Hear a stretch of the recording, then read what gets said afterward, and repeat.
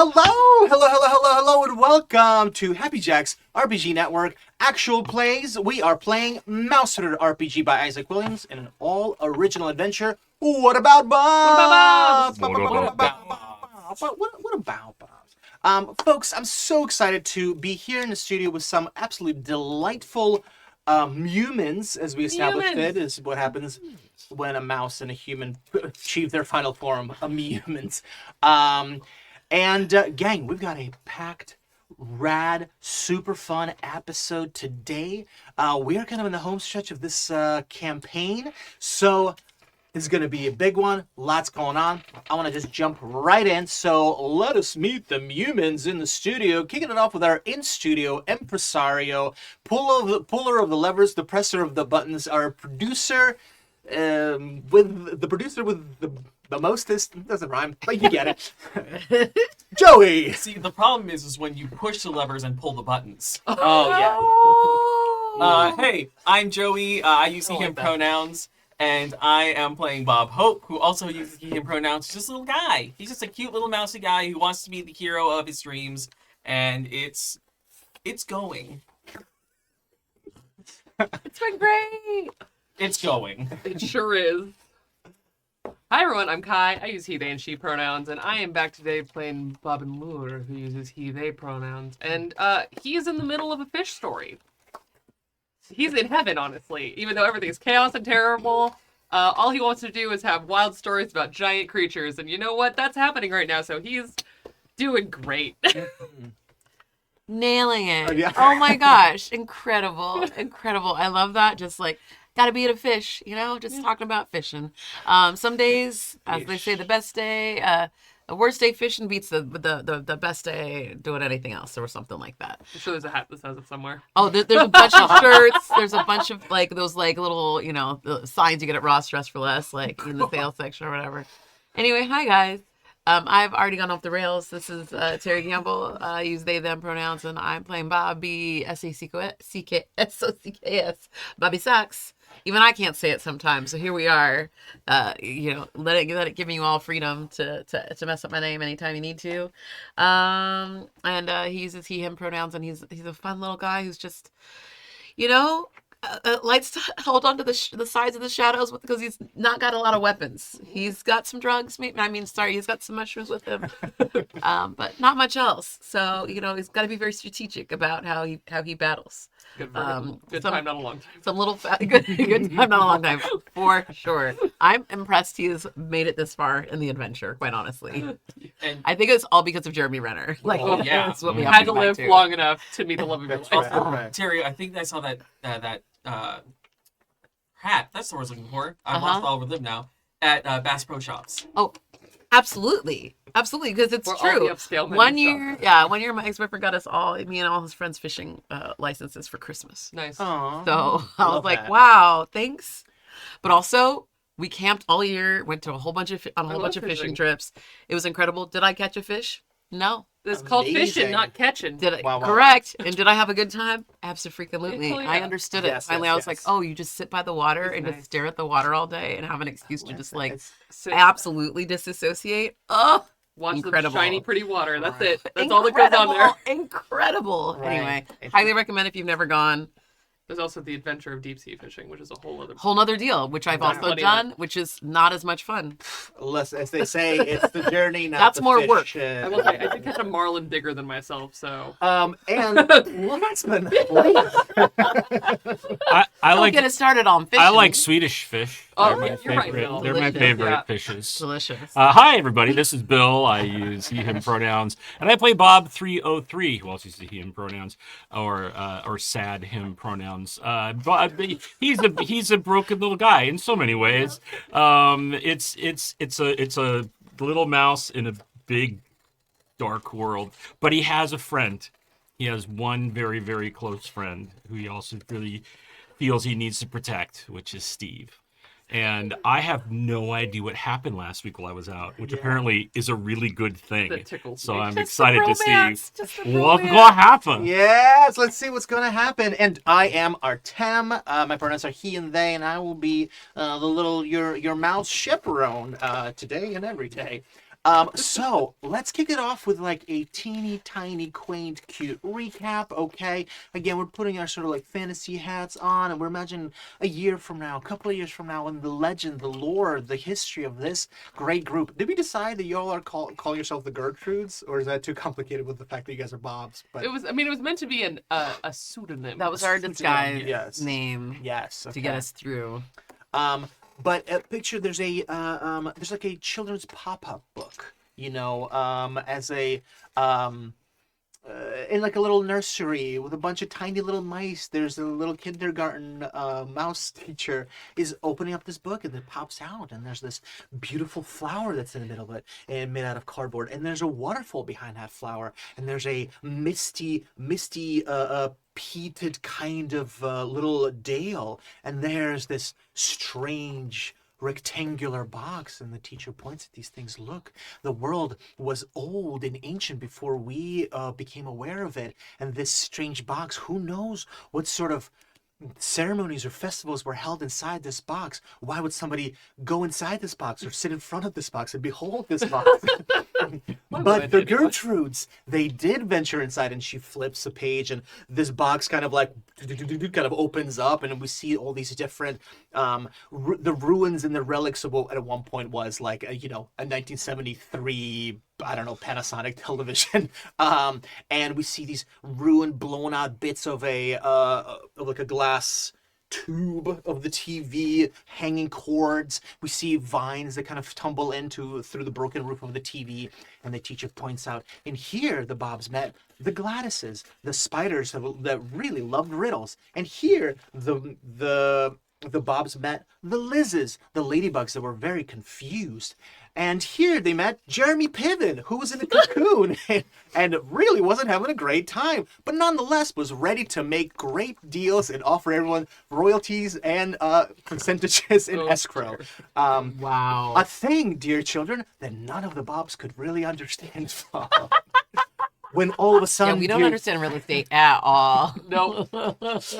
And then she flips the page, and things kind of get darker.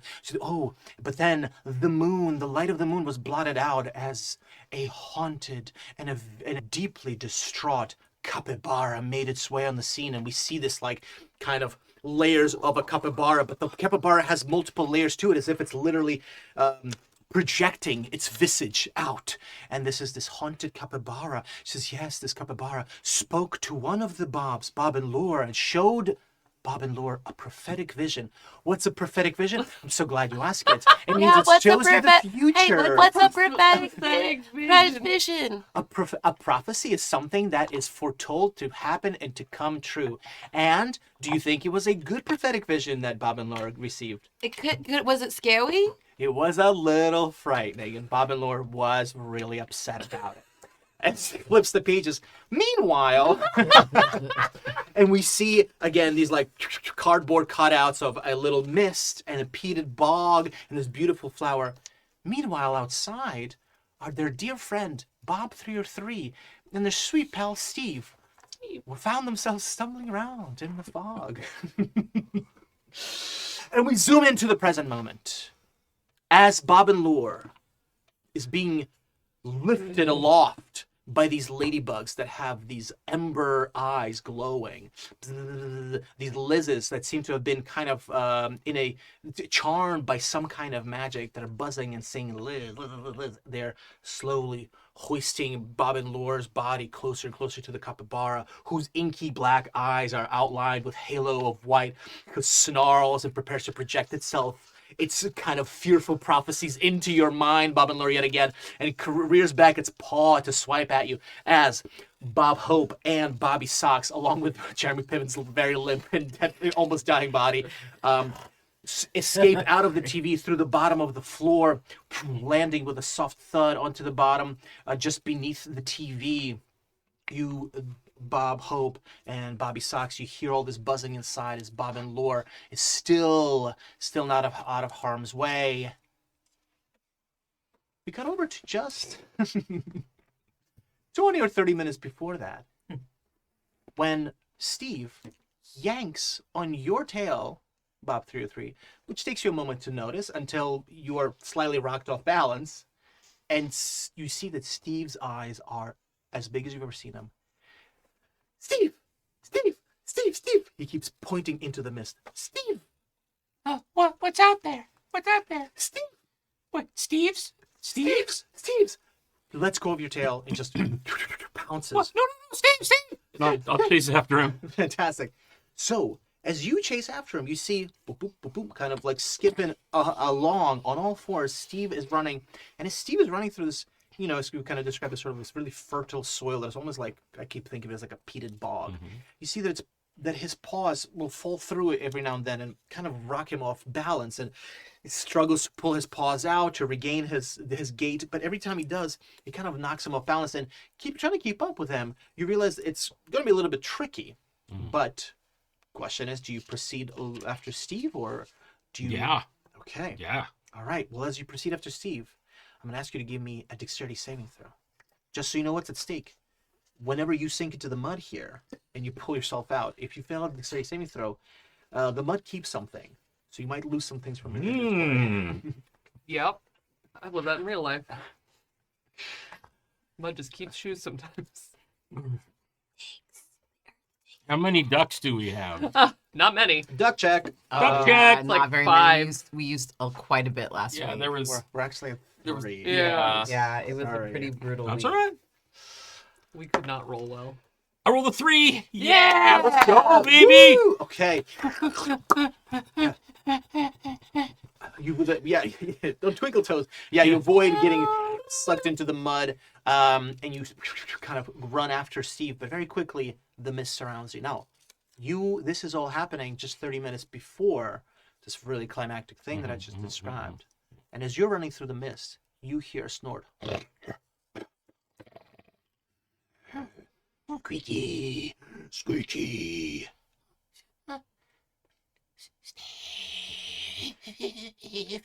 You hear Steve stops, looks back at you. Give me a willpower to convince Steve. Oh my god. No. Steve keeps running towards the flower that's up ahead. What do you do? Where's the? Can I tell where the sound is in relationship to the flower? It would be between kind of the sound is happening off to your side. It's Okay. resonating, maybe coming from a little bit from the west or from the east, but Alright. the flower is directly to the north. Okay, well, I'm gonna keep following Steve then, but I'm gonna have my sling out and Okay. put one of my precious few magic missiles All in right. there in case something goes off. But I'm gonna keep chasing after Steve. I think to make it your way to Steve, and to kind of get there quicker than this thing that's sniffing around, to get to Steve before this thing is, you're going to need to do another dexterity saving throw.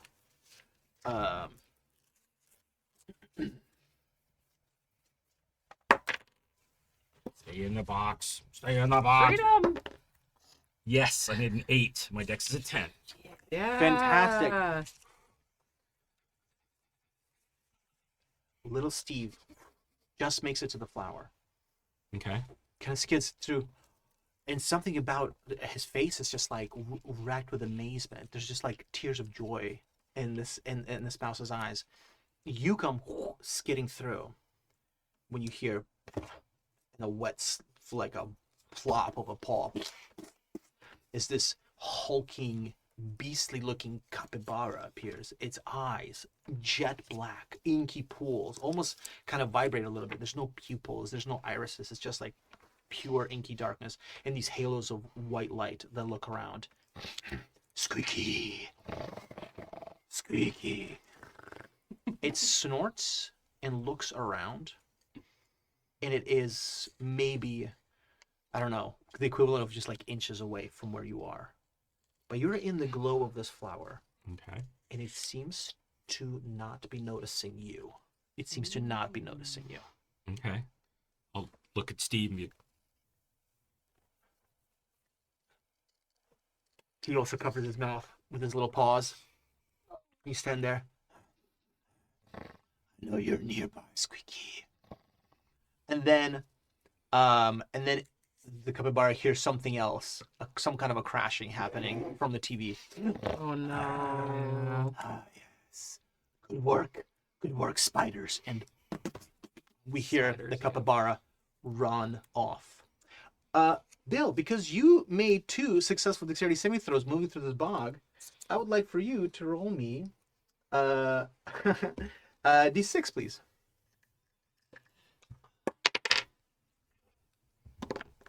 1. One. Okay.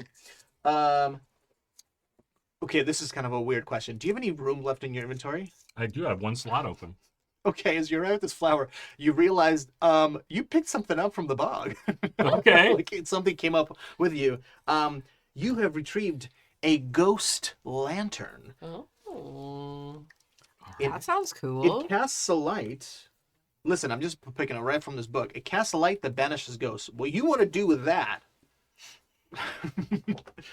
But let me tell you, the ghost busting just good. It's good. The busting We're is about to good. bust it. The bust the move. That's a different. Oh. So Bob, you're at this flower. Steve is kind of weeping with joy, points at the flower, and he's looking around widely, and he goes, Steve.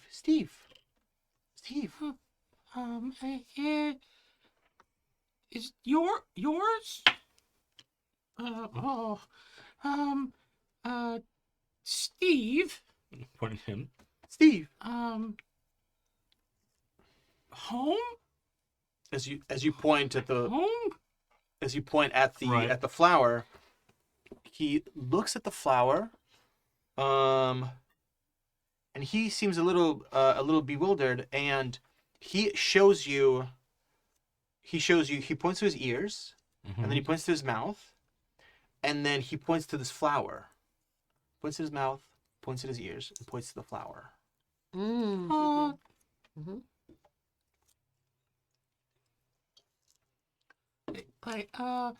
point to the flower and then. I'm not. And And then like he sees you making the motion with eating, Yeah. and he scratches his head. He kind of paces around for a little bit. Squeeze. And then he points at himself, and he says, points at himself, and then holds up his paw and with a finger 1. Oh. And then he goes, he kind of like with his holds up his hands, and then he says, he points at himself again and says, and he points 2 fingers, and then he points at himself and he points to a spot next to him. And he points at himself, points at a spot next to him, holds up 2 fingers, and then again points to his mouth and ears. Oh boy. This is why it takes 20 minutes. I'll stand next to him and go. Yeah. He kind of like he smiles and he goes, Steve, and then he points Steve, and then he says Steve and points to the spot next to him, Steve, and then he points to his mouth and ears. Okay. So you're beside yourself because you're talking and I can't understand you. That can't be it. There's something about the flower and another Steve, and you could talk to the other Steve. When you say Steve, he is also frantically pointing to he's pointing out to the water. So this flower, this beautiful flower, stands right kind of on the bank of the water, and the glow around it kind of has like this sort of catches the light of the moon somehow, and the glow around it. But he's pointing to the river. He's pointing to the waterfall that's nearby, and he's saying he keeps kind of looking out for it. He's saying, Steve. Steve's?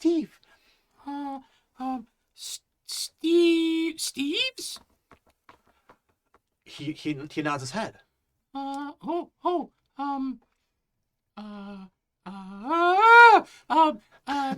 Steve's. And he points like to the waterfall. Steve's. He's looking around the water. He is looking at the waterfall.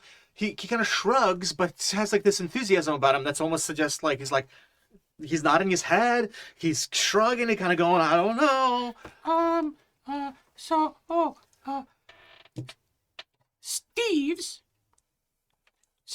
You hold up two fingers. He holds up two fingers. And then and I'll point to where he's standing and next to him. And he points to the spot standing next to him. Steve's. And he'll like walk like he with his fingers walking on his arm towards the water. Steve's. He's following. And then- Yeah. He kind of thinks to himself. He goes, kind of shrugs again, kind of a sort of a maybe. But there seems to be a general enthusiasm about his behavior here. As you contemplate, Yes. what happens next? Yes. He's cooking. He's cooking. Oh yeah. I take the last bite of the truffle. Okay.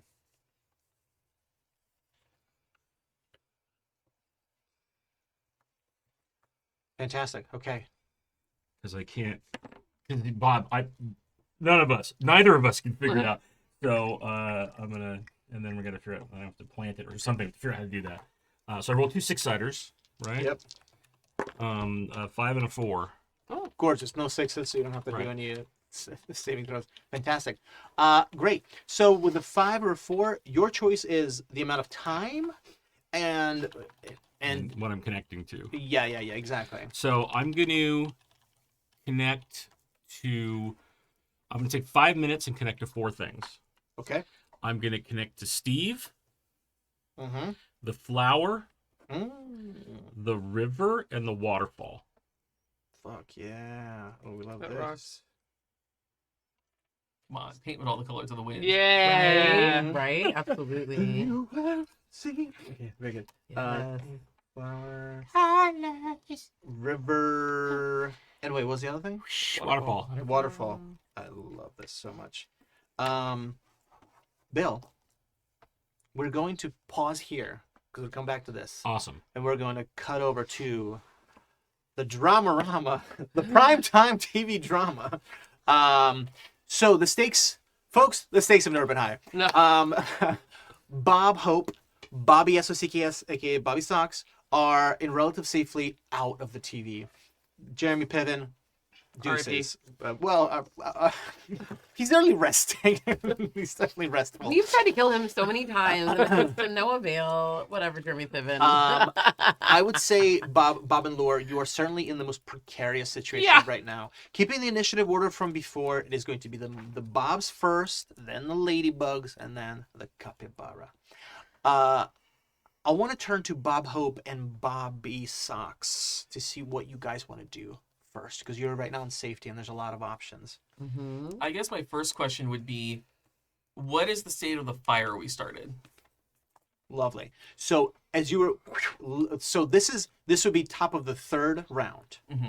The fire has now caught. Smoke is forming, and smoke is going to be coming up, happening. and it's something that Okay. Bob and Laura will be able to utilize. Also, at the end of this round, as we've sort of established, the Capybara is going to kind of plummet through, unless something else affects it. But as long as it stays on top of this thing, it's going to plummet through the TV and get itself inside the box. Okay. Oh, he's cooking. Yeah. Bob Hope's cooking. Everybody's cooking. Yeah, well, you've given us a lot tonight. You knew you did. You were like, Right. I've got a lot. Here it is. God, it's gonna be like a lot. Go on, kids. Before we started streaming, I was like, it's gonna be a lot. Just like that. No, it's way too big. Do tell. I know, Now like, I'm like, I want to know. Well, my first thought was somehow trying to trap the capybara in the TV once it pushed through. yeah. I was like, Stuck well, in there.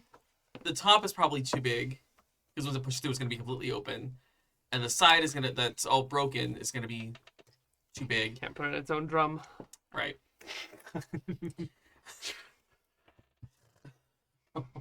That was great. I'm so mad. Cartoon activity. Absolutely, cartoon villain. This is very animated code. Badoo, badoo, that's all. Okay, I know. Give me a capybara-shaped hole in the roof of the TV. Please. So my plan is I want to try to get around to the shattered glass part of the TV, Yeah. and since it's pretty clear where the capybara is going, Mm-hmm. I want to make it want to come out that way, Great. so that it'll get injured or stuck trying to get through the broken glass All part the of the glass, TV. Oof. Yes. So okay. I'm going to go over there and make myself take my sword and my shield and just bang it, make myself as loud and annoying as possible on that side of the TV. Make yourself out. Love it. Okay, we'll come back to that in a second. Bobby Socks. What are you thinking like? I love that. I want to help if I can. I want to help Bob Hope. I want to clock that. Mm-hmm. Yeah. Great. We have to help Bob and Law.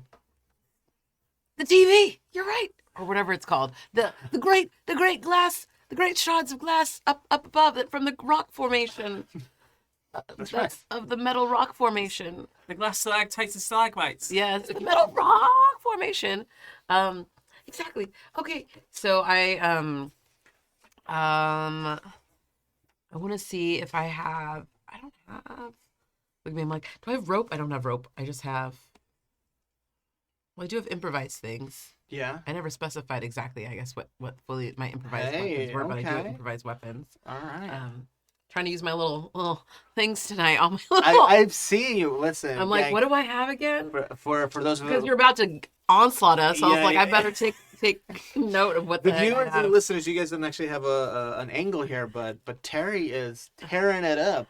The chits I are know. out. I just was like, I know I have things, So- but I haven't really used as much. But, So so I Bobby didn't Socks, have improvised weapons in my.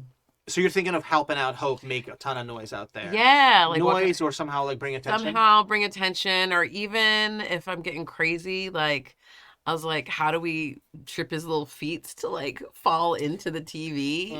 You know, like if we're going full cartoon, I'm like, what's the wire that we can like stretch to make him like fall into it, or like how do I get his little feet? But I'll try to distract with noise. Probably is probably easier. You right? Great.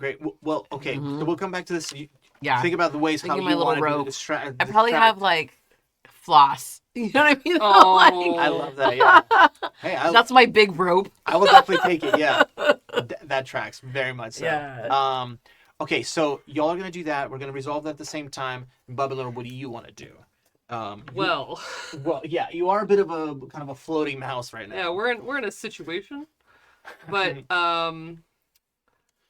Bob and Lure looks at this capybara, having tried to reason with them, and finding that capybaras, as far as he knows, don't eat meat, and so there might not be a lot of reason to be had in this moment.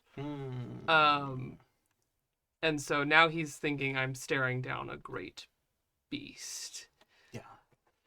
And at the end of all logical choices, the only answer is to do something a bit wild. And so he, I think, like, twists around, kind of shaking the lizards a little, and gets that ball of rice from his pocket, and is just gonna, like, eat one grain of rice. Hell yeah. We When all else love it. fails, go to those snacky snacks. Yeah. Magic snackies. Amazing. All right. So when you eat it, you're going to receive a magical effect. There's going to be a one-time use spell. So we'll discover that in a second. Everyone, let's resolve all of this. So Hope, Socks, y'all dash to the front of the TV. You start making noise. You're also making noise somehow, Socks.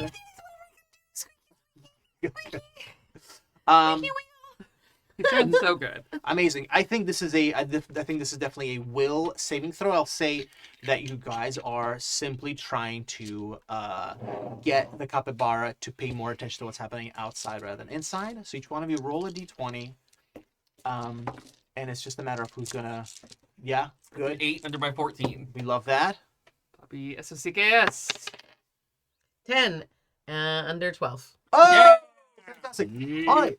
I'm going to say that because you guys are helping each other out and you both succeeded, we're going to award you a duck on top of that as well. Yay! Describe the Quack. ruckus that you guys are making. Again, I think I'm clanging my sword against my little button shield, kind of screaming at the top of my lungs, "Over here! Over here!" That's the cutest thing I've ever seen. Yeah. I'm sorry. I'm obsessed with everything about that. Yes, but the ruckus. And all I want to watch. I also am making quite a ruckus.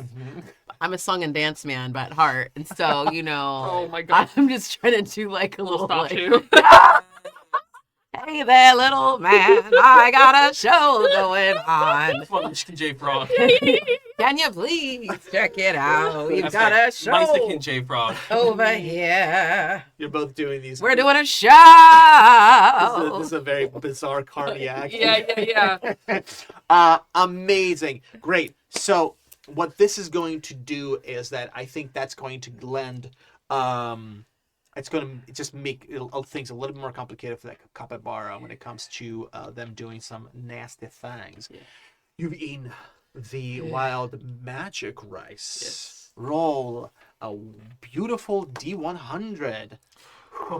Here we go. Okay. We love to see it. To see the love of my life. Roll well. 56. Ooh, okay. Dun, dun, dun, dun, dun, dun, dun, dun. Whoa, okay. So shout out to Yokai Gal, who is the designer of the game Cairn.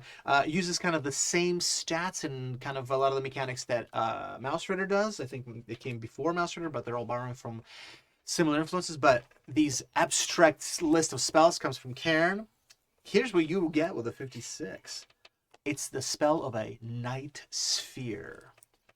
A wide sphere of darkness displaying the night sky appears before you. Here it's described as, obviously this is meant for human-sized creatures, so it talks about 50-foot wide sphere, which I think is relatively large for a human, so I think it's sizable enough for you as well. This description of a night sphere, how would you like to use that? I think Bob and Lore, overcome by this vision, this sinking into blood, this feeling of revenge and fear for this mouse that he's barely actually gotten to say his feelings about, Yeah. is overcome by this darkness. And I think that the night for him is a place of real darkness, not just a beautiful starry sky. Ooh, okay. Great. I think you form like a barrier of night sky between you and this capybara. You kind of hear this like worried. What? What are you? I am the night.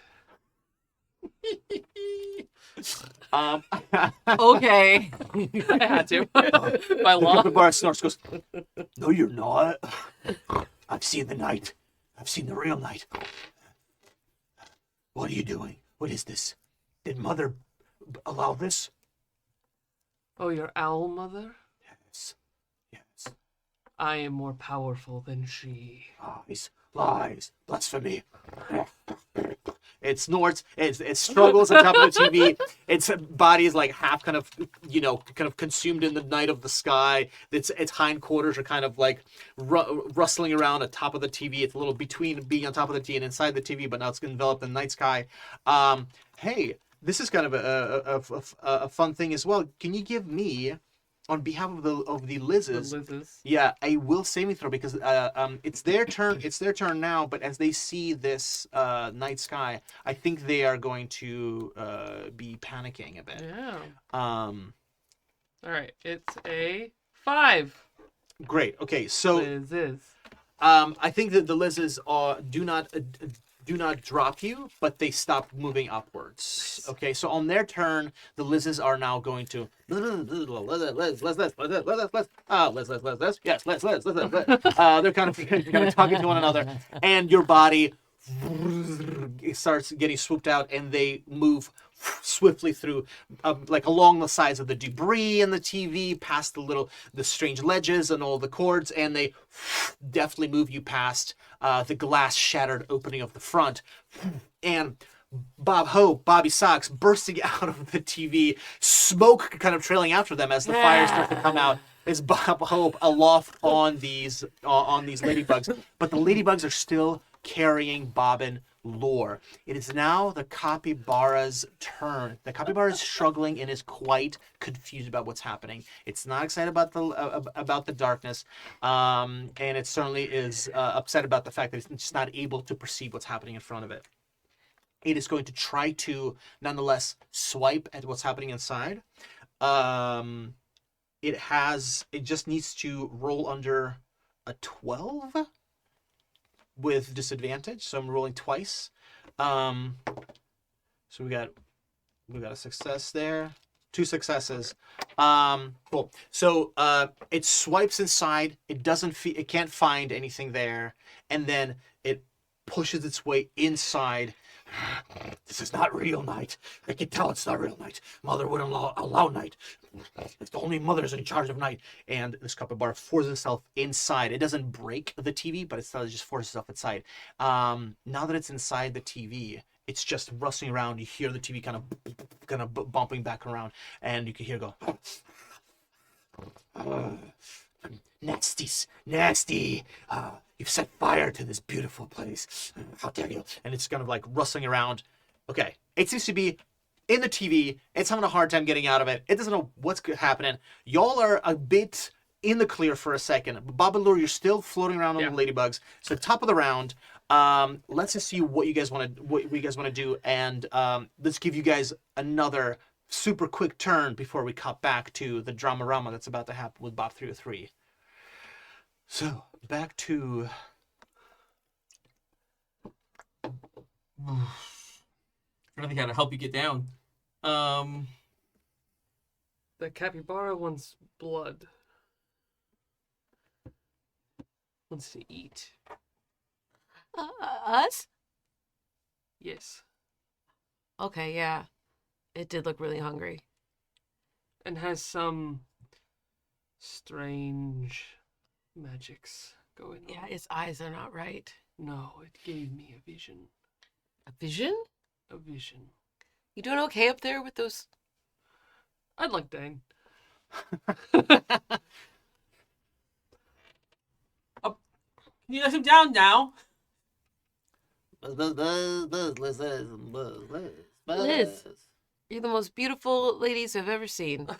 And I wanted to let you know that you could lift me off my feet any day. But today, we would like you to give our friend back to us. Oh, you can't? I have an idea. You can't? Oh, okay. Yes. What's your idea, Lure? I think we could break the spell. Oh. Okay. Okay. So how? Yes. The darkness seems to be keeping it a bit at bay. Mm-hmm. But the capybaras are our friends. Yeah, normally. Yes. And whatever's going on with this one is concerning more than anything. As much as I love a good, great beast slaying, I feel like perhaps we should try and find out what's going on. How do you suggest we break the spell? Bonking it? How? What did you say? Bonking it. Bonking. Where's 303? Oh, yeah. How was 303? Where is 303? And Maybe they're so great with that sling. That would be a good time right now. Would be helpful. with all of his lovely cloak of flying lizards, Uh-huh. he's kind of like spinning his kind of rotund mouse body, trying to get them to face the TV a little. He's just like, with his little like tail going, "Ooh." Trying to pivot in there Oh my god, ungracefully. this is adorable. So, yeah, which I love. The lizards seem really determined. They seem to have a mission. Yeah, Like, it seems clear to you that they're trying to bring you somewhere. yeah. Well, if I can't turn around, it's forward. So to kind of go around, let's see, if you wanted to break away from the lizards, you can choose to like tear yourself off, or you could like smack them off of you. No, we like the lizards. It's your And they did just help him get through the TV, so he's a little bit like, okay, let's see where this is going. Also, what can ladybugs really do to me? He's feeling a little invincible. Yeah, it seems strong, you are stocky. their prerogative for sure, Mhm. and you can actually now kind of piecing to the two things together. Like it doesn't seem like they were trying to help the capybara. They were trying to sort of keep you safe. Yeah. So, but they are still charmed, where we had another kind of like small swarm of lizards that Bobby Socks was able to kind of uncharm, and they were able to become a bit more coherent. So yeah, so Laura, so what would you like to do? I think he's a little bit caught up in the like fast helicoptering, Inspector Gadgeting through the TV. And as much as he's like, we should help the capybara, also we should help the lizards, and maybe where they're taking me is going to help them. Yeah. And so I think he has his hook arm and he's just kind of dangling, and he's along for the ride. Okay. let's see where it goes next. Love that. Hope. So the capybara is in the TV, and it's kind of rocking the TV. Boom, boom. Yeah, bouncing around there. Seems to be singeing its paws on the growing fire. Part of me still wants to keep it trapped in the TV, and maybe it'll eventually break out of the spell, or at least keep it contained. Would it be feasible physically to kind of hack at one of the legs of the TV with my sword to help keep it off balance and maybe get it to tip over? Wow. Ooh. It would be a little bit like That's- trying to cut down an oak tree with Right, that's kind of what I figured. Yeah. Then I think...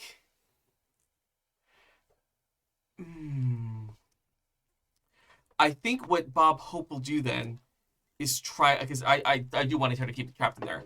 I'm going to try to throw my voice kind of into the TV, so it's trying to find where the noise is coming from and get it to keep rattling in there, and maybe it'll tip it over on its own. Oh, okay.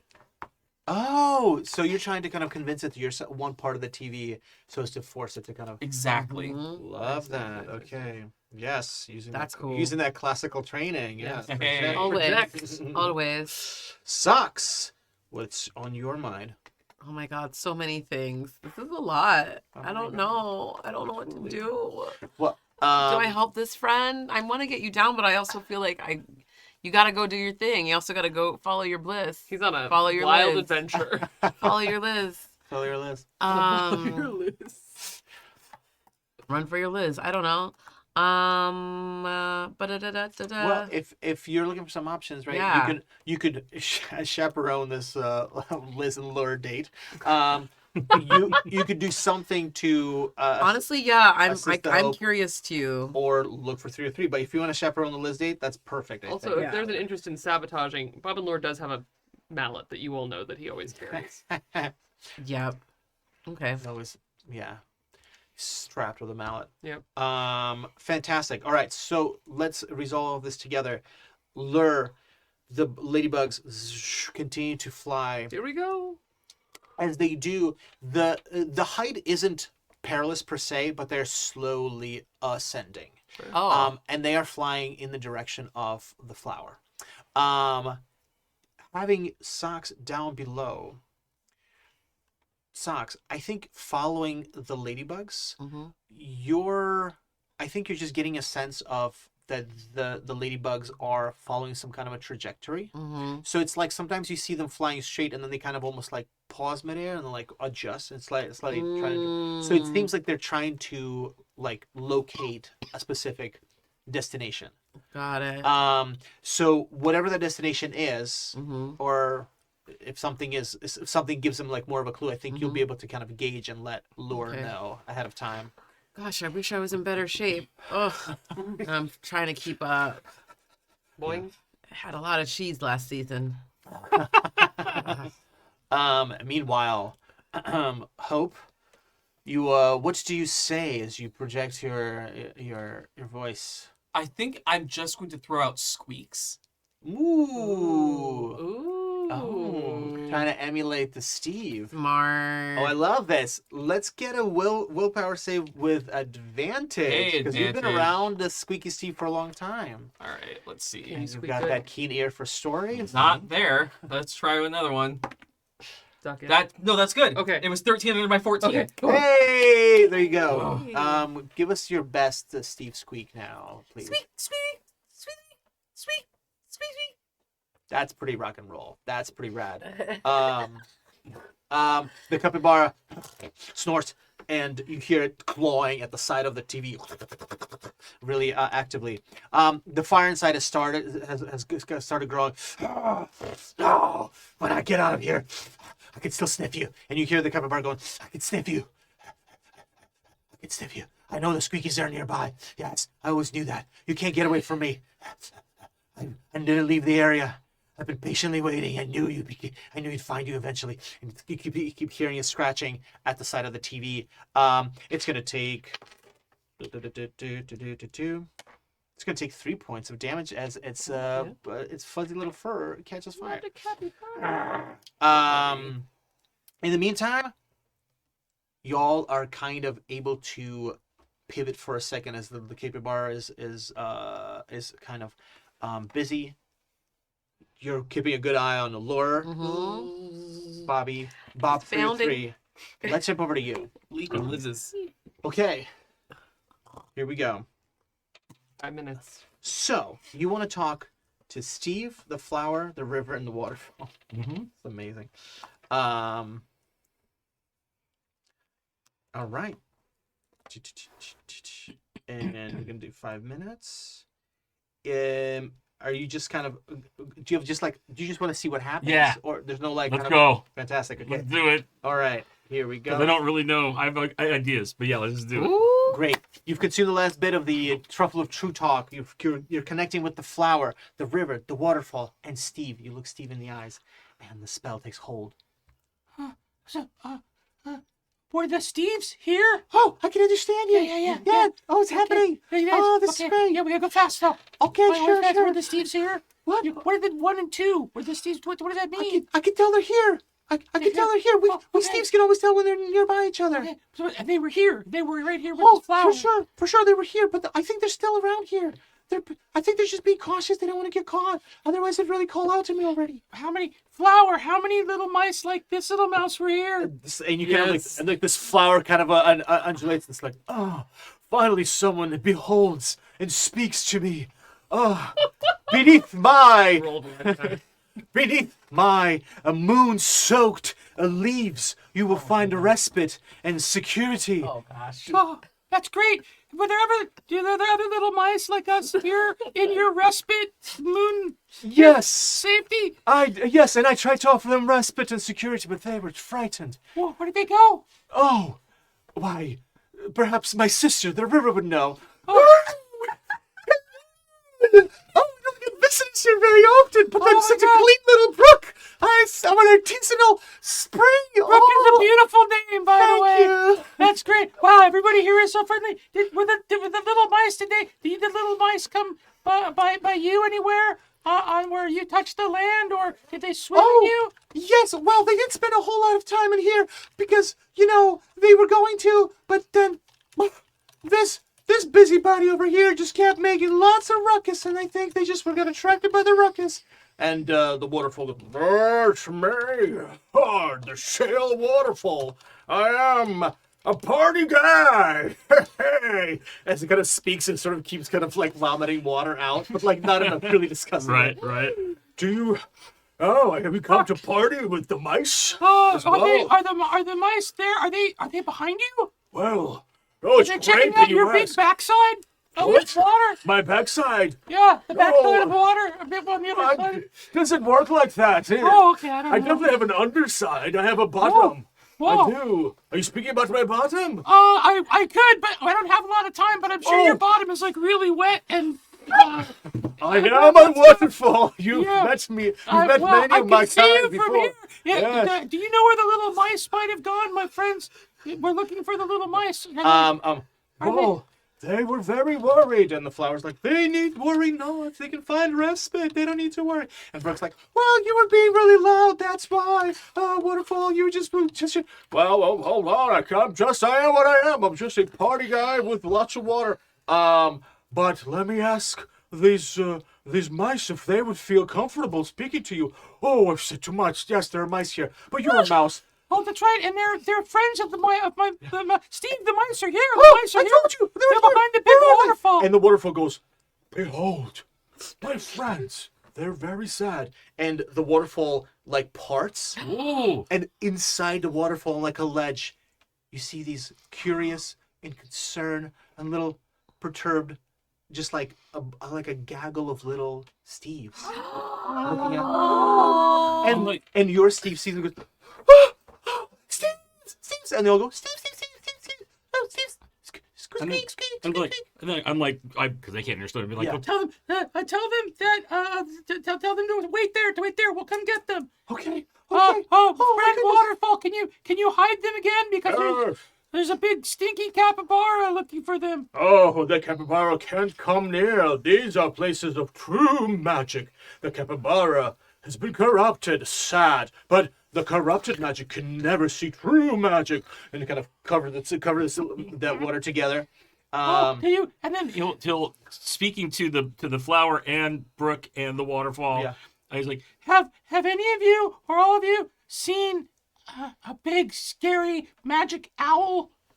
Oh, the brook goes, oh, my reach is far and wide. I've seen the owl peruse the peaks of the mountains and across the forest and along the hills. Yes, she's above us now. She's around. Like close or far from here, from the flower? She is stalking even now. Oh no. She can't see into places of true magic, for she, unfortunately, does not conduct herself in true magic. All right, so Is that hot mouse still around? He hasn't been back here to get some fresh water recently. yeah, I think he's gonna come back. Girl. Oh, okay, all right, okay. and he hugs Steve. And Steve hugs you back. Right. Steve was jumping around. Steve was very excited. Okay, And then he, even though he knows the flower doesn't know if the flower can understand anymore, he's like, oh, thank you, flower. Thank you for your protection. he'll bow to the flower. The flower kind of coming back to being just generally a flower, Right. but you could still kind of see its like leaves kind of like almost curl up as if to like curtsy a little bit. Oh my god. Oh, it Like acknowledges leans just you. a little bit. It Right. acknowledges you a little bit. Oh. And there's like a little like like a little sparkle that comes Namaste, off the. No, I'm Comes off throwing the this dice at spring. you. I don't like it. Some of the Steves that have Yeah. are inside the Like, waterfall. Okay. Stay safe. So he's gonna take Steve's hand in one of his hands, and I'm gonna have my sling in the other, and he's like, "Oh," Come on, we gotta find everybody else. Great. We gotta save the Steves. and so Okay. I'm gonna go try to find my friends. Fantastic. Steve with me. Okay, right. Lots is happening. And I'll say that just on this, as we kind of return to what the ladybugs are up to and what capybara is up to, because this is like a big mousy turn. All right, the ladybugs first. Well, before we proceed, so there's like a ton going on there. Any questions, anyone? Let's just check in. We just spoke to a flower, a brook, and a waterfall. Great. They were lovely. Just a regular Tuesday. Cool, Incredible. cool. Yeah. Fantastic. Great work. Great. Par Both for of the course. You said Loved there was every going to be a second lot of it. tonight, and then it's already jam-packed. The Hour elements. one. The I elements. did have to excuse myself briefly for our soggy bottom friend, but other than that, Well, that's how it goes, you know. Yeah, when you your bottom did a gets soggy. Constant sorrow. Yeah. Amazing. Okay, great. So the ladybugs. The ladybugs are zipping around they seem to carry you towards the water, and you are approaching. They actually kind of carry out to just where the brook starts. So at this point, you are, I think probably like 5 feet, which is a significant height, but you're 5 feet above the water right now. As the ladybugs are carrying you, there is just a quick moment that, as that mushroom vision that you have is kind of still like working on you. The ladybugs are buzzing to each other, and there's something about the mushroom vision, the capybara projecting itself onto you, that for a second the buzzing of these lizards seems to be a bit more consistent, and there's a weird undulation to it, but it is mimicking the tonality of whoo, whoo, Oh whoo, no! with like in their buzzes, they're like boo, I don't like that. boo, boo. And they seem to be sending out their little buzzings.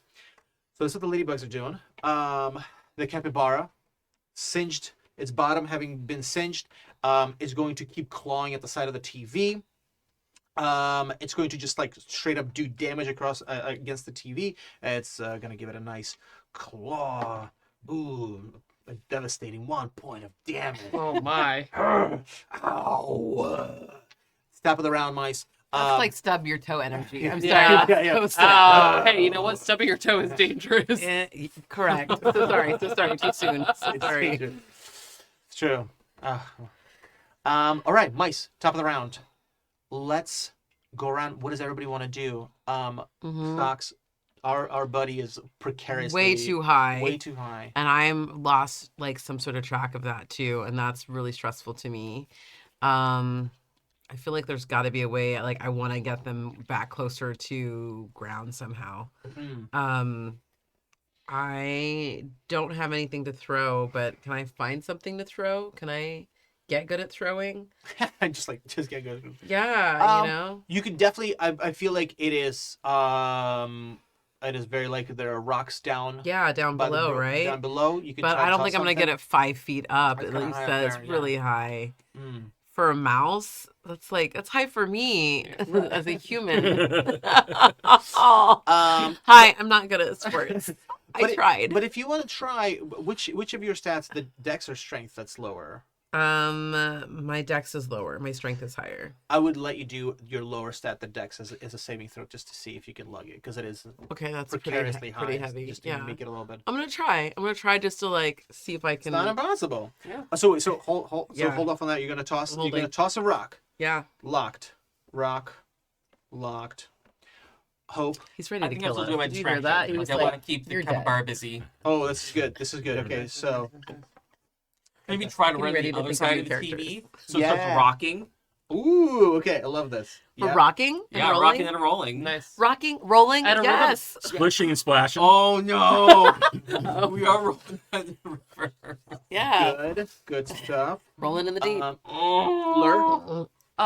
Bob and Lure is going to draw upon the music of the rivers and try and break up the tonality of the lizzes by Oh. singing with his whole little mousy chest. That's the cutest thing ever. See the power of music to save you. Wow. Sing with your whole There's chest. a fire starting that TV. Okay, and we got 3. What are we thinking? So I'm desperately trying to find any of my friends. Yep. I think I That'd be look really yeah, easy. Yeah, and I think because they were heading kind of towards the flower. Yep. Yeah. I mean, they I think it's feasible if they just you just hear. Right. I think that catches up, and Where are you I going? look up. I look up, and I'm like, Bob Alert, we found the Steves. Get down here. Busy. Okay. Do you need help? I don't know. Maybe. I want to use this because I might hit him and hurt him. And I'm gonna, because I think it's gonna take me around. I'm gonna put away the stone, and I'm gonna dig out the water lily microphone. Oh, okay. Terrifying. Oh. All right, great. And you're gonna try to talk to the lady, the Liz's? Yes. Okay. Whenever Nice. that comes around. Okay. Let's do it like this. Let's have you 303. We'll come back to you to do that after, because I think it's probably contingent. Of, Yeah. You know. Okay. Okay. Socks. Yeah. You see your buddy Lore. Hey. Okay, hold on. And I tried so hard. Oh well. As the I did my best. as the rock sails upward, what's the song that you sing? Come all ye young lizards who follow the sea, way hey, put the mouse down. Stellar. Yes. Okay. They certainly will need to do a willpower save against that profound piece of Rousing. music. So happy. Of course he's singing sea shanties. Yeah, of course. Like, There's of only one course. option. Yeah. Go ahead and roll that for me. We need to roll under a 9 for them. Incredible. Put the mouse down, sends me. It's a 6. It's really Okay. cute. Yeah, They it's okay. say- It's all good. But that song choice is going to earn you a duck. We love that. So we're at 5 ducks. Do you want to spend a duck? Do you want to see what happens? Ah, You earned a duck. Spend a duck. Okay. As you keep singing the shanty, could we get a little bit more of that shanty? yeah, hold on. How does it go? I How had does it go I again? had to look it all up again. And pray, pay attention and listen to me. Give me down there. Put the mouse down. Excellent. It's a 12. How's that do? It's Oh, it's over 9. it's over 9. You hear their whoo, whoo.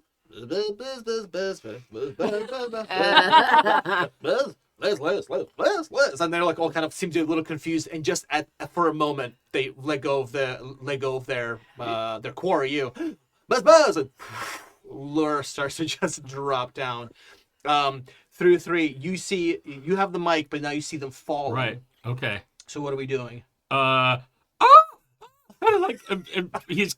Oh, this is gonna be so bad. He's gonna go try to catch Bob and Lord. I'm over the water. Oh, you are? Yeah. Yeah, Oh. kind of falling. It's okay. To the water. He's gonna use the lily mic anyway and say, Brooke, can you catch my friend so he doesn't get hurt? Listen, I'm just gonna go on a limb here. This is just gonna be a 1 in 6 chance that this is exactly what the mic is gonna be able to do. Oh my To- Oh my Love god. this. Or what else is it gonna say? I don't know. It might not even work. It might be, who knows if it's Well, working? let's yet. see We if don't the know. brook shields. Yeah. Yeah. Yay! Or does it just sound like did babble it. to the brook? Oh. So I'm gonna. Okay, so a 1. Just a 1 on a 6, because I think you haven't really had time to really figure out how this mic No, works. no. It's the first time I've just tried it. I don't know. I don't know It's what it's just supposed pure to do. luck, man. Oh, no. I rolled a 3. No. All right, okay. It's all good. I'm a mouse. I like water. I think it doesn't even work. Like it just because it doesn't sound louder. He was just hoping it might do something. like, But he Is doesn't. this thing on? Yeah, it's not. Okay. But as you shout into the mic, Lure splashes in front of you, and Lure's little face pops up out of the water. Hello. So for all you know, it's worked. there's no definitive proof. True. And Bob Hope, Yeah. you run to the other side. Okay, fantastic. Let's just do another willpower save. You can do this with advantage again because you're trying to sort of continue this ruse that there's a Steve outside. Okay. All right. Well, that one, no. That one, yes. That's Okay. a 3. Fantastic. Speaky. Enough of this. And you see the TV lunge through the other side. Roll me a luck check. That's a D6, right? That's a D6, and we're looking for a 1 out of 6 on this one. 1.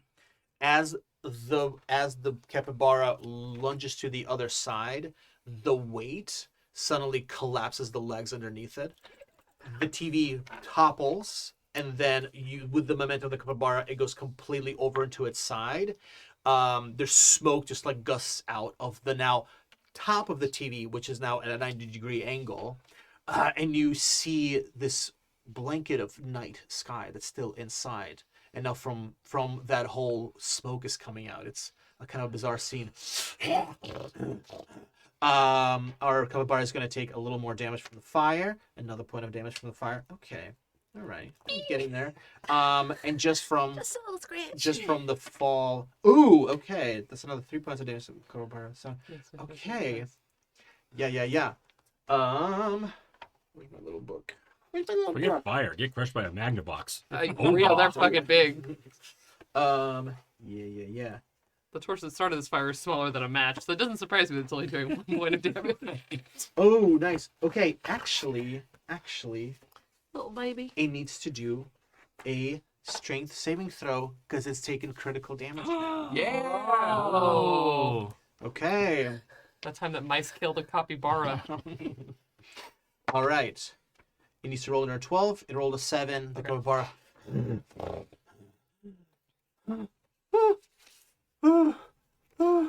Where am I? Where am I? Oh, please, someone let me out. I'm trapped. I'm sorry. Help. The capybara seems to be sounding different and is pleading. Okay. Top of the round. The ladybugs are top of the round for them. The ladybugs, confused, are zooming down. Socks, you see them zooming down. You see the ladybugs coming down as well. Lur's a sweet face is in the water. So they're gonna have time to zoom down and try to get over to Lur. Except as they zoom down, the closer they get to Lur, the more distracted they seem to be. And they are like maybe a foot away when suddenly they disperse and they all just they start kind of sort of like Liz. They're all kind of just seeming to triangulate, are getting very confused. And they're not able to get to Lur. So you're observing the Liz's strange behavior. The capybara pleads. It is trapped in the box right now. It is going to take a willpower save for morale. That's not great for it. That's not a good one for it. Okay. All right. It just needs to roll under an 8. That's not terrible. Okay, it rolls under an 8. Please help. It's me. I've come around.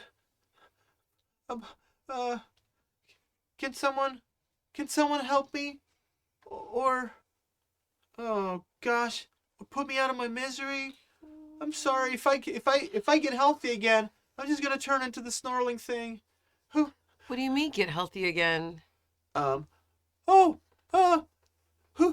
it? Are the Bobs?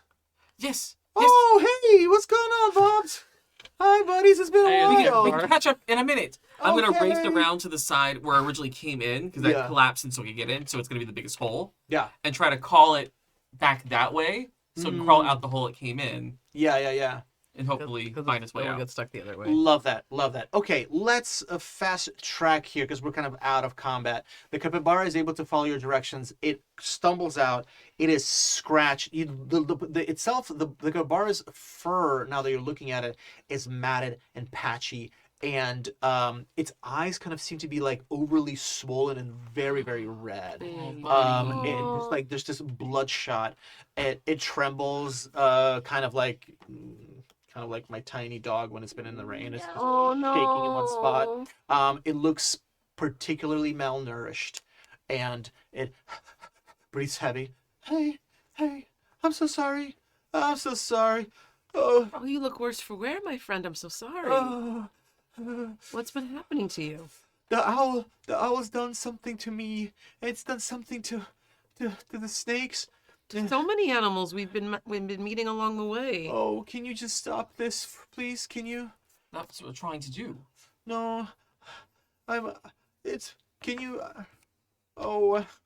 sorry. I'm gonna be vicious again if I have any time to rest. Can you tie me up to something, or I don't know, help me. Oh no. What makes you turn vicious? Is it a sound? Is it a smell? A sight? She's made us eat something, and it's changed us.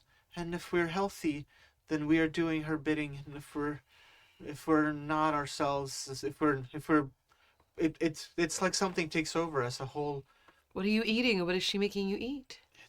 it's these mushrooms that have been somehow. I don't know what she's done to them. I've eaten mushrooms before. I love mushrooms. Well, yeah, I love I'm to a forage, mushroom but- I'm a fungus farmer. Yes.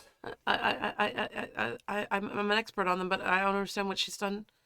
And what did they look like? Were they long and skinny? Were they short and fat? Were they, did they have long stems on the edges? Do you remember what it looked like? What color they were?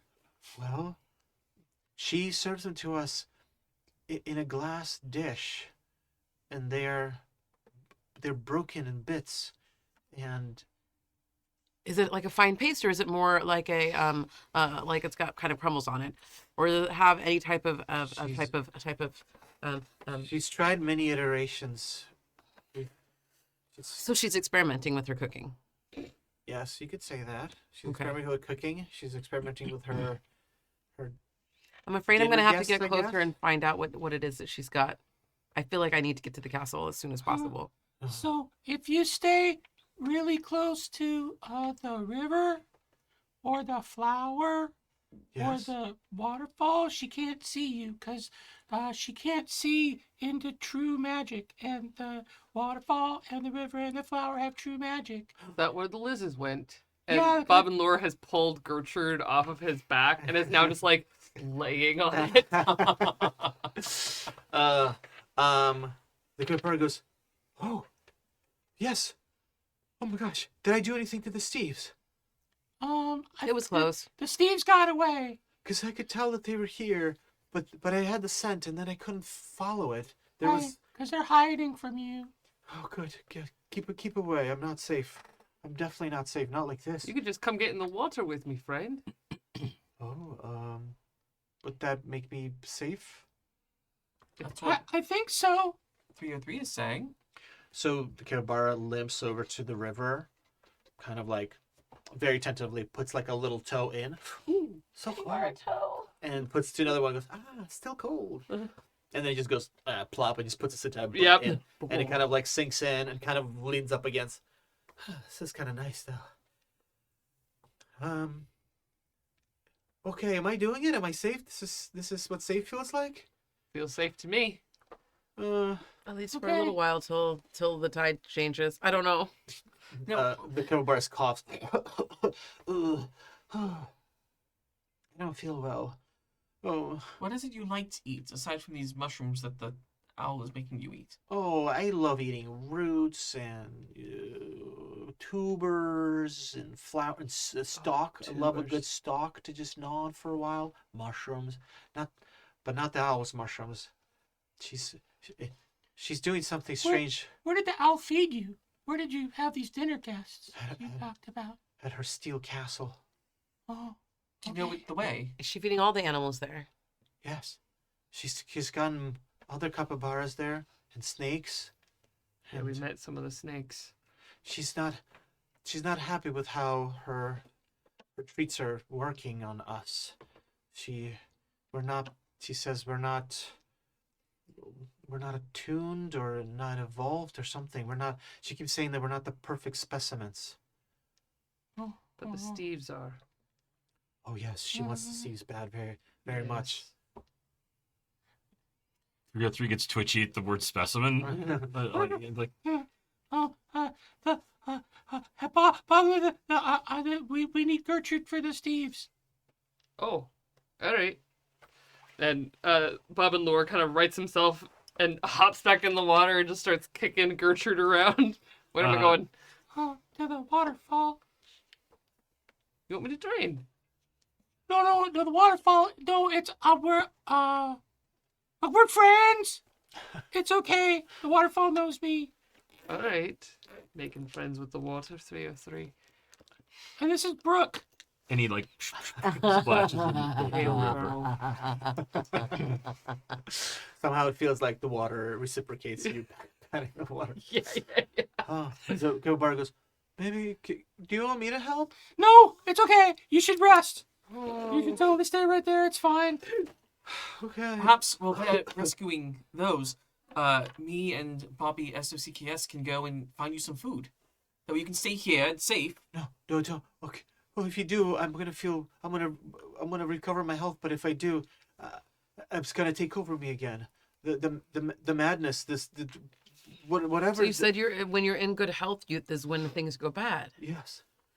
So you don't want to be properly nourished. No, that's why I want to be tied down, beaten up. I don't know, whatever you guys want to do. Just don't let me feel healthy, because if I do, I'm gonna become a savage again. The darkness is gonna take over. Bobby SOCKS, do you remember? So sorry for lashing out. By the way, I don't know if I hurt you all. No, we're fine. We will recover. But do you remember? A few years ago, you gave some of the gods a mushroom that didn't quite agree with them. Yep. Is there any chance you have any of those left over that we could give him that may just keep him off balance a bit and not let him... Yeah. Hold on. I go through my little Hi. satchel. Fantastic. Ones that don't make you feel the best, but are not the worst for you. Okay. There you go. What are they? It holds out its like pretty big paw. And I put like little teeny little flecks in your little. It's like, that's about the Yeah. Ooh, so what's this gonna do to me? It's gonna keep you a little bit off balance, so you're not gonna be afraid, but it'll help fill your stomach a little bit, All right. and maybe you can get a little bit of rest. Okay. Should have packed my bags because I guess I'm going on a trip. It eats the little mushroom. It just sits there waiting for it to take effect. So while we have this really strung out little capybara, Poor guy. we're going to try to get these Steves Yeah. out of the waterfall. Well, I think that now that they've acknowledged that they're there, we can kind of, we let's assume you guys have the time that you have and you're able to get the Steves, and it is a beautiful, wonderful, warm moment for all of these little Steves to suddenly be reunited. And as soon as they start hugging, and some of the Steves are a little bit older and some of the Steves are a little bit taller. They all have these really distinctive S markings kind of like shaved into their fur. And all of them have various numbers tattooed in between the little strands of the hair on their fur. But now our Steve kind of guides the entire group over by the flower. Mhm. And now he points to you, Bob 303, Oh, and he yeah. points to himself, okay. you know, Steve. and shows the number 1 with his Right, paw, right. and then he shows 2, but then he also points at these Steves, and he goes 3 and 4, and holds up, I don't know how many appendages Right. the mice have, but and they all gather around the flower, and they kind of make a ring around it, and they all hold hands, and suddenly the magic flows through them and allows them to communicate here. And you are in the presence of some really, really wonderful Steves. And so, as we kind of arrive at this moment, we're about to have kind of a bit of almost like a downtime scene, because we have these Steves. And for the viewers, listeners at home, just to kind of give you a sense of this, look, just to bring everybody kind of into the vibe here. If you've ever been camping out in the wilderness, Yep. even if you've driven past some like distinctive wilderness, you just like thought about what a pocket or just small corner of that wilderness that you're looking at has never, ever, ever, ever, ever been visited Yep. by a human. Yep. And something in this patch, this waterfall, despite this TV that maybe fell from somewhere, but it's this area, this flower, this little waterfall, this brook, this has never been seen by a human. I truly believe that these places exist in the world, and within them is real magic. And the reason we don't see them is because When we do, the magic moves somewhere else. This is where magic has been preserved, and this is where it exists. And you feel this magic that is older than, well, older than certainly the Fairwilds, and older than the Bobs and the Delilahs and the Jeremys and the Maxes and the Fumis and all of the mice that you know.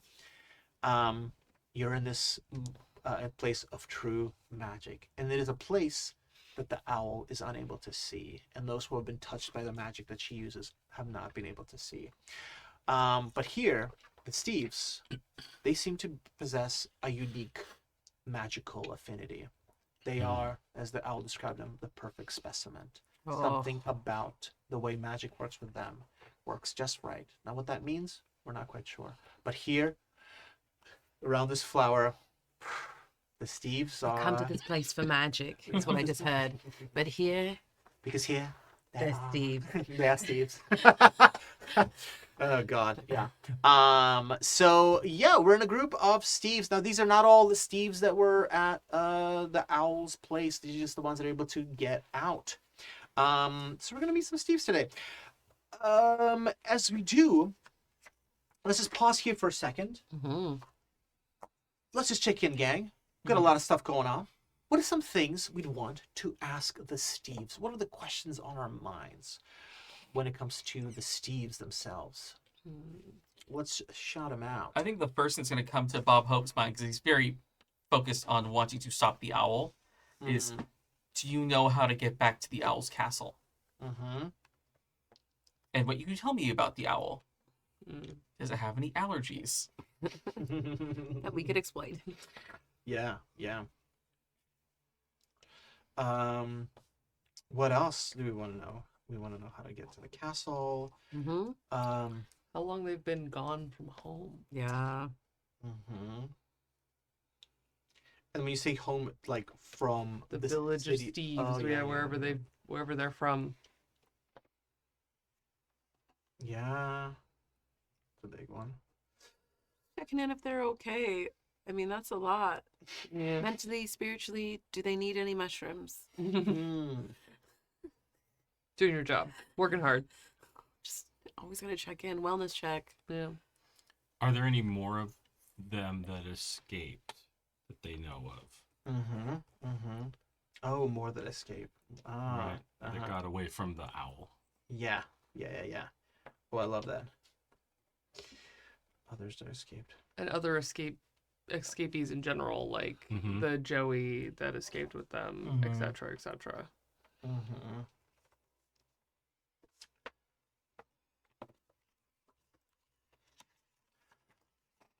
How many licks does it take to get to the center? I don't know. This is That's a question for the owl, really, Yeah. more Yeah, than right. the Steves, I think. And I have one more question for them. Yeah. Mhm. Did they know 300? Oh. Now I'm scared. I know, right? I was also going to ask them about the S's, but I didn't want to be presumptuous. Did she force that on them, or is that how they come from the land of Steve? Is it cultural? Yeah. Yeah. That's part of your cultural dress, or did she like make you all shave that in? I mean, I have it on shaky authority that the S stands for hope. Okay. Okay, Kryptonian, get out of here. Sorry. Uh, It's taken everything in my whole being to not like want to go over it. I love you, Joey. um, I know I'm a terror. I apologize. It's all right. It's just my kryptonite. well, our Steve goes, well, now you asked. Well, the S's are. The Clark Kent thing. When he's like, oh, there's a Superman episode where Sue like, he's like, no, Superman. They're trying to convince this guy that Clark's Superman, like in this TV show, and the guy's like, oh no, come on, and Clark just goes, takes off his glasses really slowly. The guys go, oh my god. It's the funniest thing. It's like, yes, because the glass is obviously the perfect disguise. You know what? As a cosplayer, sometimes yes. Yeah, it's true though. It's true though. So our Steve goes, well, the S is it's one of the ways that we stay in touch with our culture. This is our tradition. It's just what we've always done. But we don't really know where our home is, and we don't have any of our relics. we've been away from our home for a really long time. So you've been nomadic. Well, not exactly. We've been imprisoned, really. Oh, We've been By her. we've been with the owl. how long do you know? Or have you lost track of time now? Yes, I think longer than we are able to really keep track. No. It's hard to tell time in Clark's castle. That's what she calls herself, Clark. Oh. And she's named the whole castle after herself. So the castle's not in Kent, though, I hope. Okay. Do you remember a time before, though? Mm-hmm. You. Me? Yes. Oh. Oh no, I'm just a humble little mouse. You know, I never really thought anything much of, myself. I was just you know, yeah, I'm not really sure what it would be outside of the steel castle. But you I- weren't born there. He kind of tries to think hard to himself and goes, "Come on, Steve Harvey, think, Steve Harvey." God. Oh, no. Here we Oh, go. no. I can't really recall. I don't really know who I was before, but I know I'm really good at collecting rocks. That's how. Like our friend. Oh yeah. I love rocks. Yeah. I like rocks too. We collect rocks every year. The wizard Clark makes us put rocks in kind of like in a hole. It's like a competition. We all have to bring as many rocks as we can, and she always says that that's to honor the ancient tradition of the Clark Castle. Throwing rocks in a hole. Yeah, she said That it's. sounds terrible. Yeah, I don't really get it, but As far as traditions go. well, and it kind of flexes. It's kind of giving me some pretty good. It's good workout picking up rocks. Okay, but what's in the hole? One of the other Steve steps forwards and goes and says, "Well, to be perfectly honest, I'm not sure that there is much in the hole. I think that's maybe an owl tradition. It's just we do it to appease her. It seems to make her really, really happy." Throw rocks in a hole. Yeah. Is it a damp hole? Well. Maybe we haven't gone into the hole. Hmm. It's just something she has to do. So you could be trapping something that you've been trapping down there for years unknowingly? Or burying the wet place? Mm. Oh, no. I think it's just a. She says it's when she first came to the castle. She says there were others there, and they. She says there were other mice like us, and that the others that were in the castle, they had those mice compete by bringing rocks and throwing them into the hole. Hmm. And she learned it from them. Strange. Yeah, very strange. We've learned to obey her. She's been a bit of our god, really. I know that sounds strange to say, but hard else to explain someone who has so much power and influence and control, and she knows how to make water happen in this castle. What do you mean she knows how to make water happen in the castle? It's her power. Does it rain? How she flooded the drylands. No, not like rain. Yeah, she made the water come out of the castle. Oh, right. She did flood. The Fumis. Hmm. And our mushroom compatriot. Mm-hmm. I don't call it a god, I call it a monster. Yeah, it's hard to, when you don't have any other options. It's really hard to really pick a different thing to worship, especially when it's forcing you to do that. What time of year did you do your rock ceremony? I'm not sure. Hard to Do you- tell time in there. Do you think she's basically having them build dams each time? Yes. Yep, I thought so. Are they regular? Just like regular rocks, like She's making them give a damn. That's rocks. what I thought. Did you ever see a rock like this? And I'll hold up one of my magic And you'll go, oh, steel balls, basically. ah. And she and one of them steps forward. Yes, you ate a mushroom, and you got this, and you were able to do this. That's really great. I don't remember eating a mushroom. Oh, well, how do you have this? I just have it. I've always, I don't know. I have it. And this one kind of looks around, and she goes, okay, if I have something to put magic into, and I eat a mushroom, I can make that magic happen. I can make magic happen. Okay. Oh. Yeah. So you're saying that all of you seem to have some sort of magic that you can imbue Yeah. into things.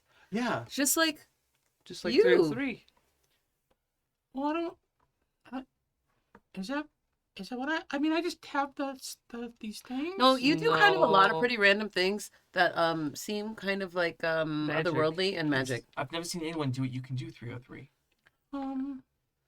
Okay. You're very unassuming about it. And Your slingshot glows. Yeah. Well, that's the stones. That's the No, no, special no. rocks. That's It's you. not glowing now. It's you. Well, because I'm not spinning it.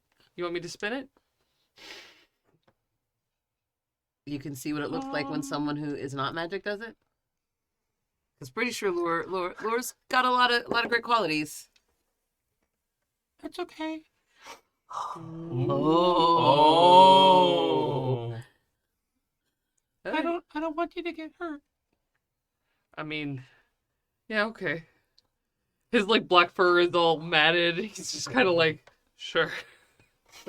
After you've already got through the ringer.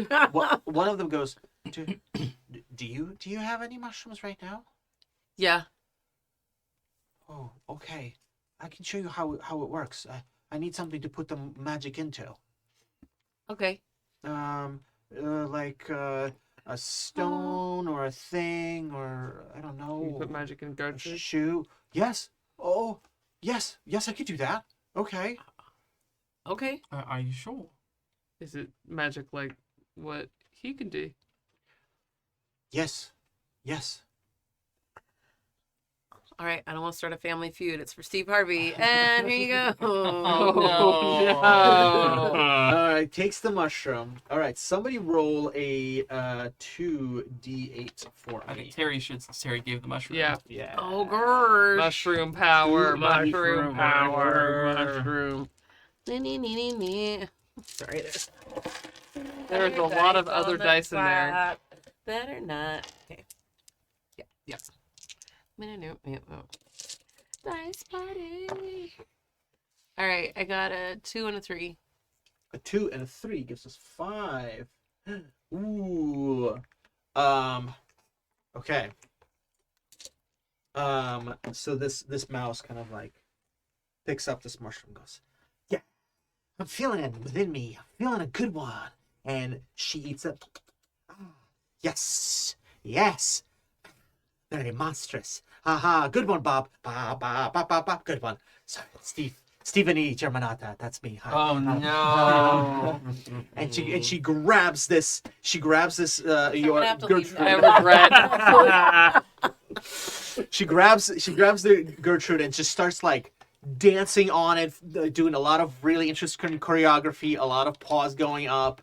Are you saying it was to be a pause? That's right. Pause.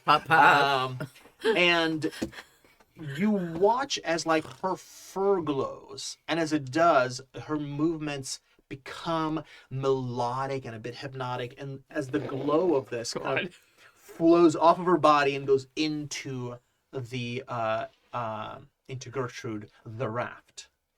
On that roll, on a 5, the raft has now been imbued with the spell Fear. Oh. So if you want to check your little books, but now that Gertrude, along with being a raft, is also The spell a spell casting Fear. like rune. gives the frightened condition to dice number of creatures. And when you have the fear condition, you can't willfully travel towards the thing that is the target of your fear. That's useful. Instead, and she's done dancing and Steveni Germanata. Well, that was a good one. You must have eaten a mushroom at some point, Okay. and given it your power. That's where your power comes from. But I can, I don't have to eat a mushroom to then do it. If I spin it around, it does it. Is it me? You could make more magic. That's what the owl wants us for. We are the only ones that have not only been able to take the magic in, but make more magic for her. She has You were us- the magic makers. Yeah. So she's not a wizard. The dreamers of dreams. Well, we make the magic. She uses the magic. That just makes her a magic So you user. really are the ones that are in power. You're a wizard. No, You're no. a hairy wizard. I am Harry, but I'm not a wizard. No, don't say that. She would be very mad if she heard you saying that. But I'm We all have to I'm leave. not a Steve. How can I?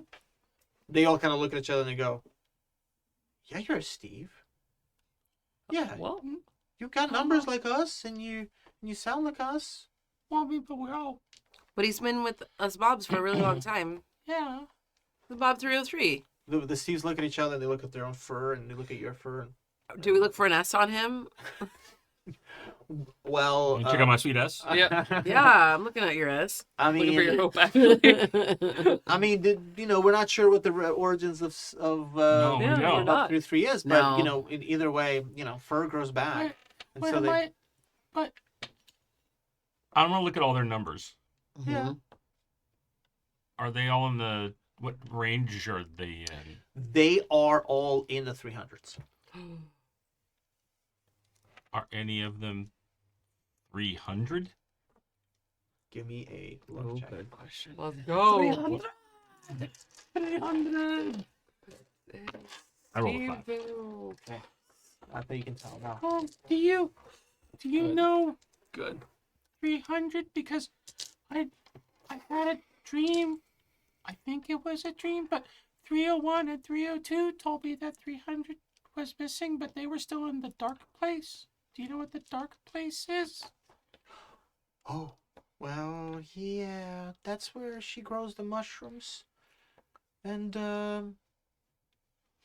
it's not a great place because she has us eat a lot of mushrooms, and some of them don't work, and some of them do work, and it takes her a while to figure out which ones work. Well, she's experimenting. Yeah, I think she wants... She believes she needs as much magic as She's possible. trying to get the most potent one out of there, isn't she? She says she's trying to save this place. By destroying everyone? No, she says that it's all gonna be destroyed soon. She's drained whole villages. And another one of the Steves goes, well, she talks a lot about sacrifice and survival coming at a cost, and she talks about how we're doing an important thing because although some will perish, many more will survive. It's But whose survival are we guaranteeing? well, she says if we just trust in her, she'll make sure that we all survive. Just But if says- everything is out of balance and she keeps making it worse, how are we all to survive? Involuntary sacrifice is just murder. That's true. She sounds like a monster. she's not nice. Well, you're not with her anymore. You're with this beautiful brook. And he pets the water again. Again, it sparkles. The brook appreciates it. The Steves kind of sigh, and one of them goes, "Well, yeah. Well, there were many others that tried to get away, and some are still in the lab. What happened? Did anyone else? That's what she escape? calls the castle. She The calls it a lab? lab. Hmm. put it on the front of the castle. Lab. Yeah. She says that's my lab, she says. Hmm. She Weird says there's many name. more, there's still many more there. More joeys? More snakes? Oh, there's some snakes and some joeys. More Steves. Yeah. We knew she was going to make the water happen because she had been talking to the otters for a long time. The otters seemed kind of okay. They're just a little chaotic. They just want more water to splash around in, and so she promised them water, and in return, they promised to find more specimens, as she calls it. Specimens. Well, she's running out of Steves. I think she wants others now. That's why she's trying the capybaras and the snakes. But she's real mad that we're gone. We knew the water was going to happen, and we were making a break for it. How did she make the water happen, though? She talks to the castle, to the lab. Oh. It has it has many eyes and big steel teeth, and she But that's not water. she touches things with her beak, and she touches things with her talons, and the eyes change color, and there are sounds that come from the mouth of the castle, and she makes water happen. Sometimes she makes it really hot in a room. Other times she makes all the lights go out. The castle, her lab, listens to her. But that's not godly power. I don't know. I've never been able to make a building do The things. greatest so power in it's- the world is the water. Like It's Howl's everywhere. Moving Castle now? I don't know. Like a wolf The castle? owls moving. Owl. The Owl's Moving Castle, exactly. Does the water, does this water go all the way there? I'll point at the brook. Yeah, and they look at you and go, no, not this water. This water doesn't connect with the river. This is the true magic. This is the true magic. This is what she wants. She wants to figure out how to do this because these are the places around the Fairwilds that she can't see, and she can't tell what's going on there, and not knowing. That's what drives her mad. That's when she gets very mad. That she doesn't know. She doesn't know. She's wise and wondrous, but not knowing is very, very scary for her. Perhaps this place then would be a good place to start a new civilization for the Steves. Yeah, but she's not gonna stop looking for us. Well, that's why we could stop her. And you have allies, the Jeremys Yeah. and the Bobs. There was a very hunky Jeremy that told us There's to a come few here. of them. Renner. Oh. Oh yeah, he was a real stud muffin too. No, there was one with the tattoos on his hands, and he was a really good chef. Yes. He is quite something. Alan White. Mm-hmm. Okay, yeah. Tell him we said hi. And We everybody, will. yeah, tell him we said hi. The mood changes again. Steve Harvey's kind of thinking to himself, and he goes, "Well, we've been away from the Clark's lab for a long time. I think 2 days, 3 days." And then they all start. Well, I don't know. I mean, we were there, and they were kind of counting. Goes, I don't know. It might have been 5 days even. At this point, she's definitely looking for us, and she's got everybody looking for us. Right, even the Liz's and the Gladyses and everything were all Yeah, Those looking. were she's trying to experimenting a call lot. her. They were. Yes. Oh, that's The not good. ladybugs are not lied, nor are they good owls.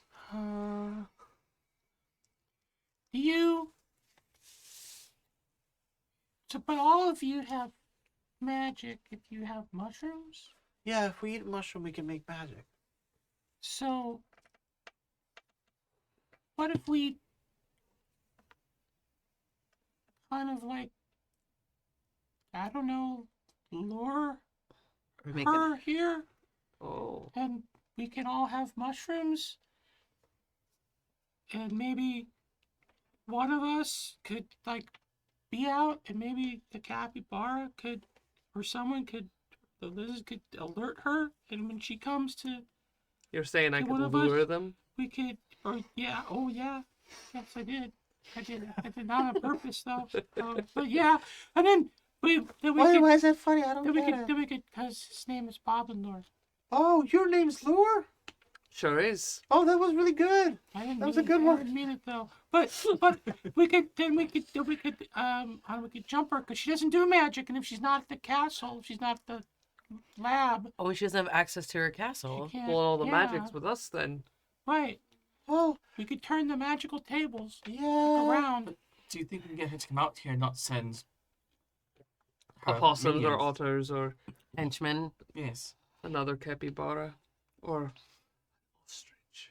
We've got to find a place that is good footing where we have the advantage and where we could take her down. Hmm. Because, like you said, if she doesn't have the magic, you're so right. Bob, Steve, I don't know, Bob. Yeah, whatever you want me to Yeah. call you. Maybe just 303, I guess. Okay, You can be a 303. Bob still. Whatever feels comfortable for you. Okay. 303, I guess. Okay. Okay. Now, Oh, about this owl. Yeah. How big is this owl? And they'll kind of like right away, kind of like shiver a little bit. She's big. She's very. From here to here, or here to here. I'm just Oh, giving like length. from here to there. But when she does this, it's like whoa. Oh, when she spreads wingspan. wings, big. Yeah. Kind of. Capybara sized. Mm-hmm. Yeah. She's pretty big. I don't know what kind of magic she's gonna come with. You know, she's been having us make magic stuff for her for a long time. Okay. Also, she's got some stored up. I think we Yeah. need to go and maybe show her a little what for in her castle. Personally. Okay. Well, do you guys want to go with us? Well, if We could have some fun storming the castle. okay, yeah, we do want to rescue the other Steves, but if we come with you, that means, you know, all of our minions are probably gonna start following you, and they're gonna find you, because they're all kind of trained to look for Steve's. for us. Yeah. Or you could stay here and keep this big guy safe from himself. how many Yeah. more mushrooms do you have? Or are there mushrooms around that we could Give him. harvest? We'd have to find some more for sure for this kind of a mission. Right now, I have 9 rations in my bag. Well, I wonder that perhaps that's a way that they could help us Mhm. by allowing us to use some of their power to help free the other Steves. It is Mhm. also nice and damp Oh. here. I bet there's a bunch of good mushrooms. Oh yeah. Yeah. Do you It know sounds what like I- she's also got a whole cave full of probably some Right. Yeah. very strong So stuff we could there. stay here and load up. Do you And he looks at both Bobby Socks and at the Steves. does anybody know how to make a magic mushroom grow back again? And he holds out like just the last stub, The stub. nubbin of Uh-huh. Oh, that's easy. the truffle. More than enough.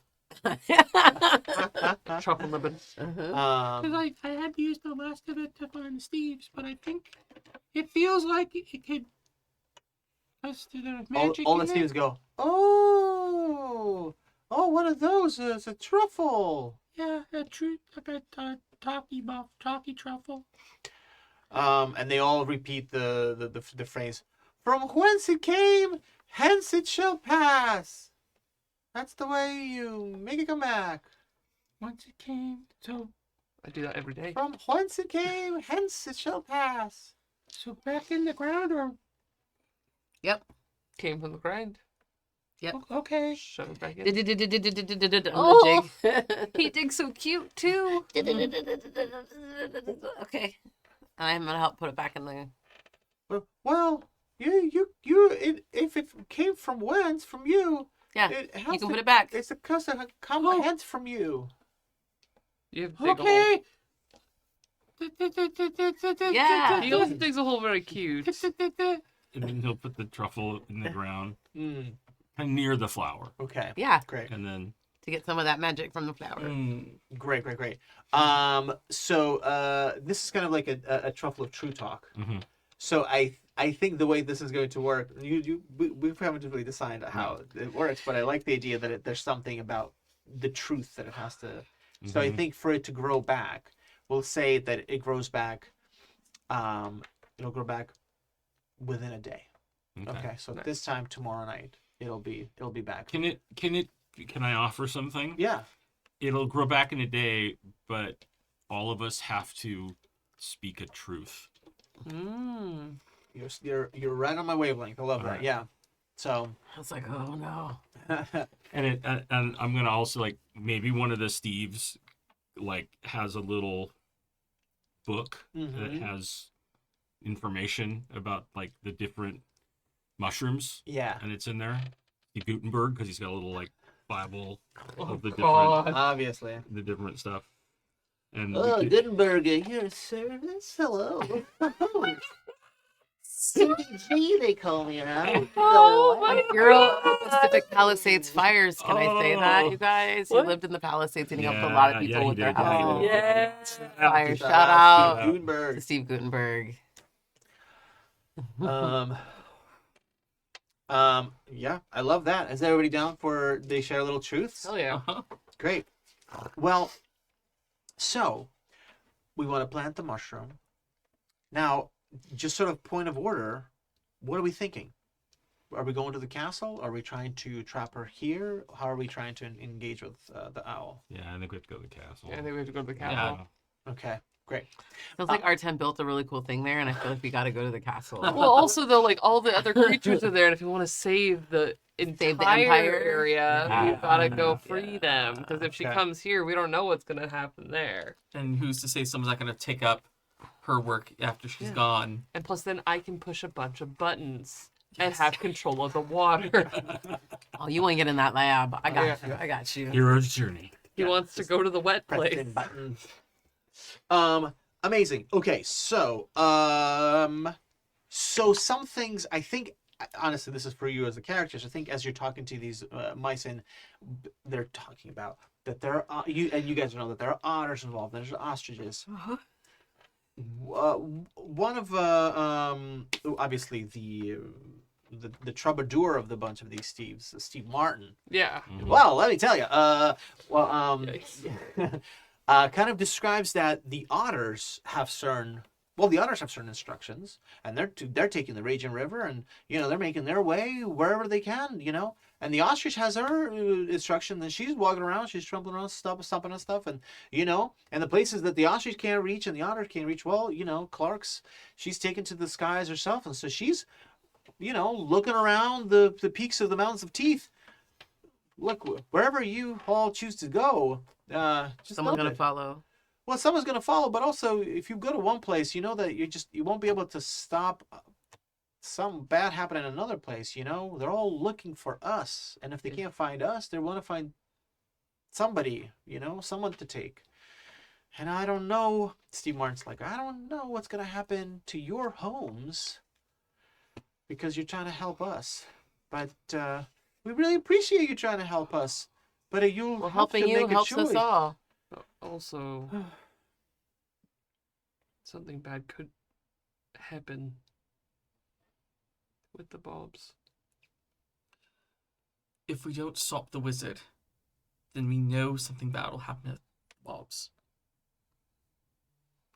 If we do stop the wizard, then only something might happen. It's a Right. chance we have to take in this life, yes? Except I was given a vision. Oh. What was the vision? Blood and ruin Oh. in 4 days. The Steve's kind of stepped back a little bit. Oh. I feel like I also had a vision, though, that one day our tales would be told in a children's pop-up book. The Steve's go, oh. Yes, but is it a cautionary tale? Somehow there's still going to be Bobs that are going to be able to enjoy the story. Yeah. Well, Steve Martin goes, ooh. sorry. I didn't want to kind of put it in perspective like that. I didn't mean to be a jerk about it. But Yeah, I can tell you're normally kind of like a wild and crazy guy. yeah, I like to let loose, you know. But I'm no dirty run scoundrel. You don't go around telling people that. Oh no. Giving them too much Oh power. boy. Well, But I'm so sure you'll live to be the father of the bride one day. Oh, boo. I certainly hope. Wow. Thanks. I really appreciate that. Or at least he'll host the opening monologue for the 50th anniversary real, of Saturday Night Live. Looking weirdly not a day older than he did in the 90s. It's helpful when you turn white at 12. At 25, like I did. I don't know why I said that. So basically, this is something for you as the players to consider. Right. You go to the castle, aka Clark's Labs. You won't be able to, let's say, go to the Maxes because the Maxes you just won't be able to go to reach that place without being interrupted. Mm-hmm. But probably the biggest thing that weighs on the Bobs is like, what's going to happen in the village of Bobs where you guys are not there. You've been away for now a full day, right? Yeah. Because you left there in the evening. You kind of are here now in the evening.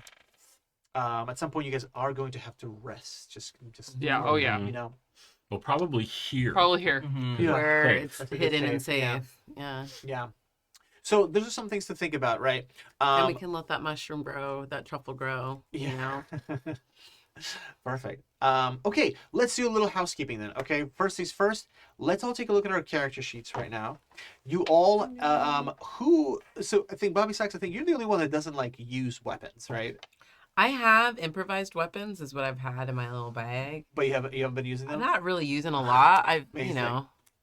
I've gotten away with mostly tomfoolery, trickery, and Hey, hiding in the corners, and It then worked waiting great- for it's my worked friends so to do far. stuff, and then giving them drugs to help them heal when they're done. Yep. You're right. That's not too real. I've been the healer on this journey. Great. You're playing. You are playing your part. I'm doing my part. I'm doing my part. Bill, for 3 or 3, you've got your sling, correct? And you've got your.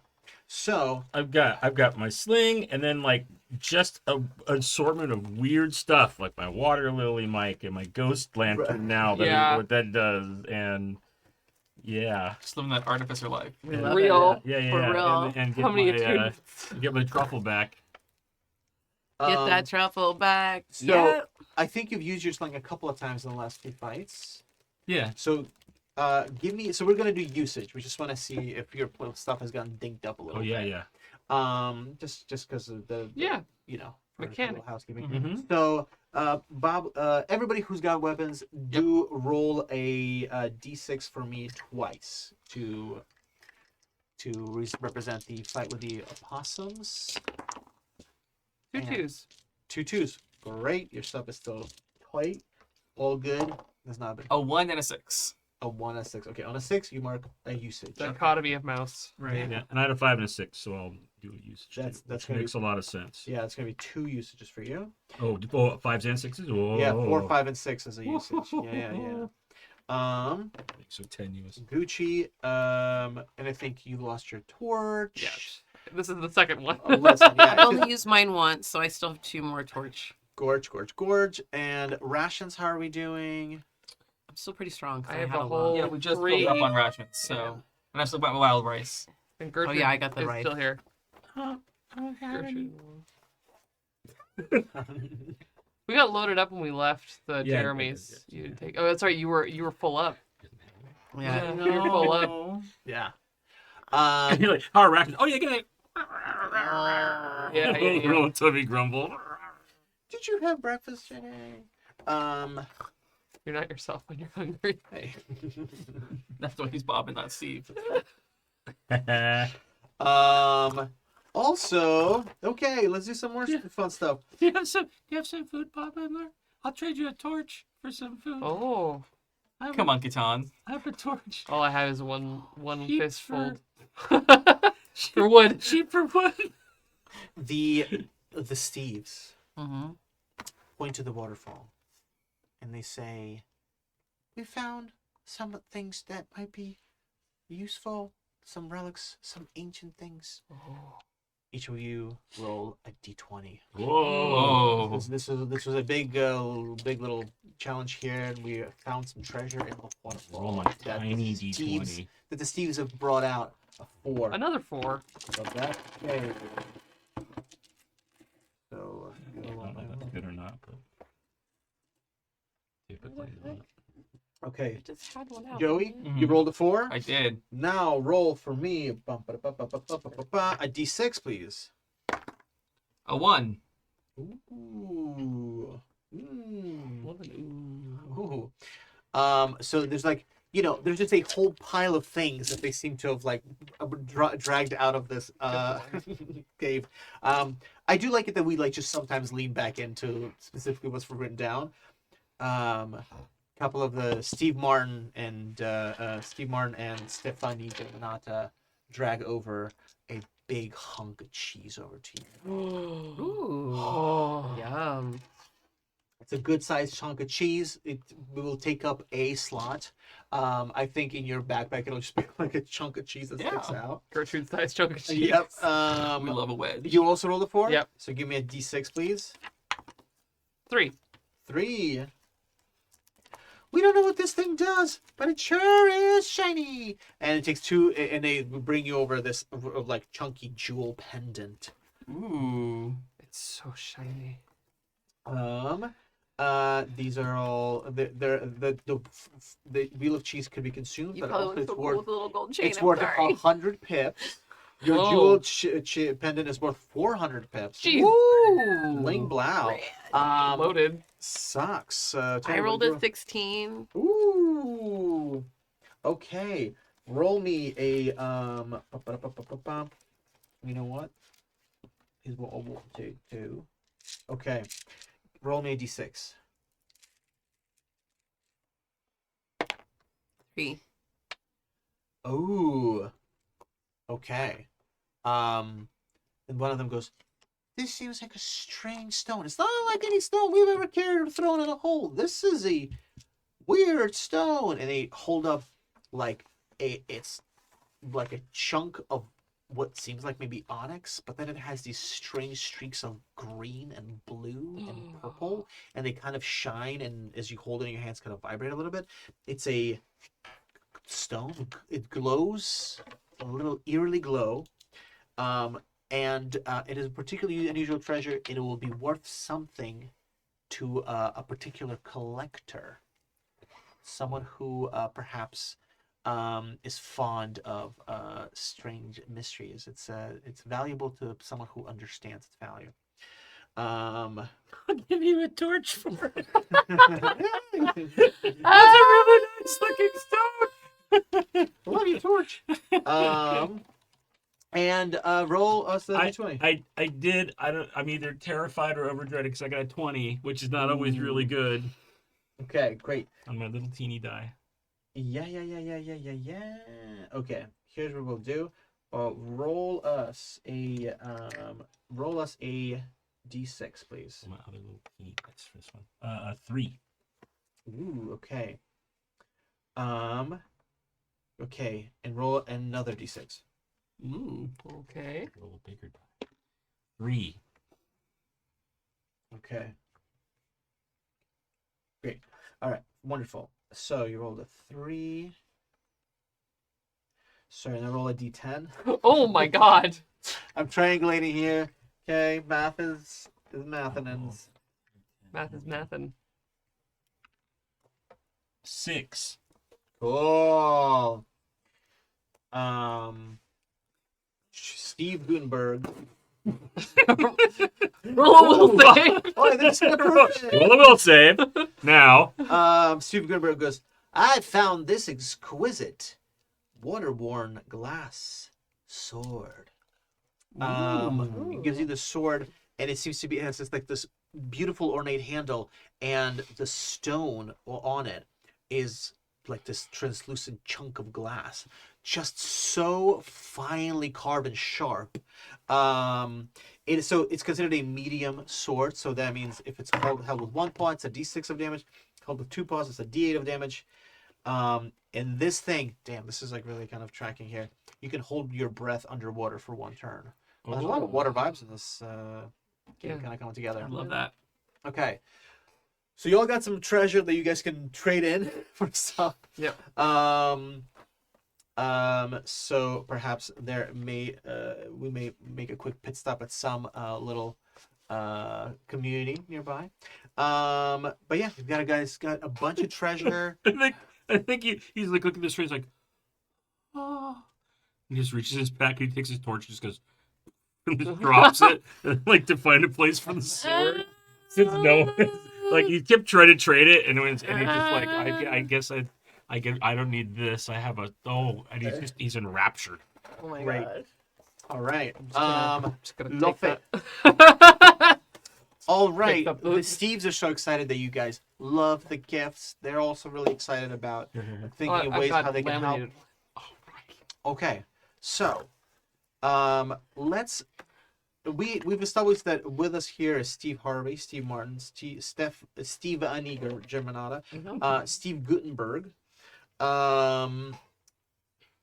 Each one of them, I think Stephanie Germana showed you how to make magic, but you can see that after she does her dance, she's really worn out. But if we stay here, we wait for the truffle of true talk to speak, you guys will get a chance to rest, to recover quite a bit, and it'll give the opportunity for each one of these Steves to create a piece of magic for you to take with you. Cool. Okay. Love that. Okay. All right, gang. All right, audience members. We're doing some, housekeeping. We're doing some downtime activity stuff. Are you all into that? Do you guys want to stay here and just see what happens? Yeah. Absolutely. I think we got it. Amazing.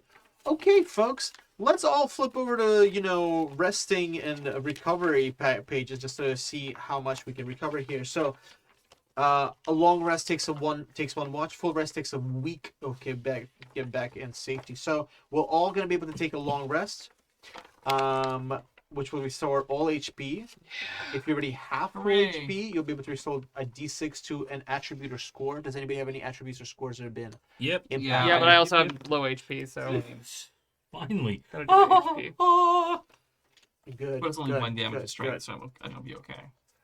I can use my strength back, but I'll take the hit Out of points the first. woods. The hit protection. Amazing. Yeah, the hit protection comes in clutch. Yeah, I need that. All right. While you guys are resting here, you are in this very serene place. Even when the sun comes up and kind of the mist sort of lifts off of this place, there's a nice shadow that still gives you a little bit of a respite here. And I'm no longer frightened, yes. You're no longer Yeah. frightened, yeah. Actually, I'm no longer exhausted as well. Yeah, I think we can recover that one. Yes? Yeah. Okay, cool. Well, let's see. So after a long rest. Great, perfect. So you're no longer exhausted. Hooray. That's great. We rested? We're resting. Great. Did you lose any HP? After a long rest, you'll recover all of it. Oh, great. Gorge. Sorry, you were narrating so beautifully, and then I said mechanics. So yes, when the sun is out, there's a beautiful little shadow that allows all of you to sort of just like not be in too much sun and to just sort of be able to luxuriate. And it is a peaceful area. How do you spend the day? Think about that. But before we get to that, Bobby Socks. Yeah. Upon eating the mushroom, the capybara, what sort of vision do you wish for the capybara to have? What do you want the capybara to experience? I want the capybara to have some sense of calm because he's wigging out so hard. Yeah. And when your friend is wigging out that hard, you want to just kind of get them the soup they need. You know? They do need the soup they need. You know what I'm talking about? Like, Oh yeah. you know, It was really harsh, Ty, and we want to calm you down. Oh. I think the capybara it comes down a little bit, and just shortly before like the sun starts to come up, capybara finds you and says, "Hey, I really appreciate you being really kind to me. I'm just feeling I'm feeling at peace. I haven't felt like this in a little while. I think I'm gonna take off while I'm feeling peaceful, and I'm just gonna try to get as far away from here as possible before I like start to fully get healed up, because I think I'm still not gonna be able to control myself." I'm really worried if you leave. I know you don't want to be stuck here forever either. Yeah. That's not a fate I would wish on anybody. I know you probably just want to get home to wherever your home is. Do you think you can get home? I don't think so. Maybe, but I just want to get to a place where I could hide out enough to make it hard for myself when I'm in When she does what she does to you. witchy mode. Yeah. Yeah. Yeah. Well, what I gave you should not make you feel 100%. You should still probably have a little sicky in your tummy. Okay. Thanks. I'm sorry about that. You told me not to heal you 100%. No, but it's good. It's like a It's like a little, cleanse. yeah, a little, right? You know, a little bit of nausea. Yep. No pain, no gain, or whatever. It's just you're resetting your microbiome. I get it. Right, exactly. Yeah, Gut yeah. health. Exactly right. Gut health is key. You Right. get it. About how far do you think it is for us to get down back to the Clark Kent castle? Well, she kind of thinks to herself and she goes, "Well, oof. If you can figure out a way to keep me like chill, You could probably help us get there. Give us a ride. y'all can like hop on board. Yeah, that's what 'Cause, y'all are small and I'm pretty. you're kinda- pretty robust. I'm robust. Mhm. I always say that I'm robust. By the way, we haven't named this capybara. What's the Nope. capybara? What's the lineage here? What's the kinfolk? I don't remember. Did we Have not we, give have them we names? give capybaras? Oh no, it was gonna be the Glens. Oh yeah, that's right. We did this. Yeah, the Glens. Okay, Glenn's you. amazing. Okay, so Glenn Powell. Powell. Obviously, this is. Oh yeah, we talked about this. Yes, we did. Okay. And the twins, Gary Yeah. and Ross. Yeah. Glenn Powell. ABC always become a bar. So Glenn Powell goes, "Great. Okay, so you keep feeding me these mushrooms that'll keep me high, and keep me kind of out of it for a bit. You all could get on board, and I'll take you as far as I can. We'll say that at the first sign of trouble, I'm gonna scatter, Okay. just because I'm worried that I'll be Good idea. convinced to behave poorly. Great. Okay, so you got Glenn Powell. Glenn Powell can give you guys a ride. We're spending If he wants. if he wants. I mean, Hey. We're spending a quick day here to recover. Is there anything else that you guys want to do? When they're gonna throw it, I think a couple of sessions ago we like established that there's some memories you guys have between each other. That's always a thing you guys can do. Then we And tell really- truths With to the the secret truth. secret Oh, yeah. truths to the So the should we flower. fast forward Yeah. to the truffle coming to? Oh gosh. Amazing. Okay. Great. Before we do that, everybody, let's have the Steves make us some magical Oh, yeah. Oh, yeah. take with us. So, what item does each one of you give to a Steve to imbue them to have imbued with their magic?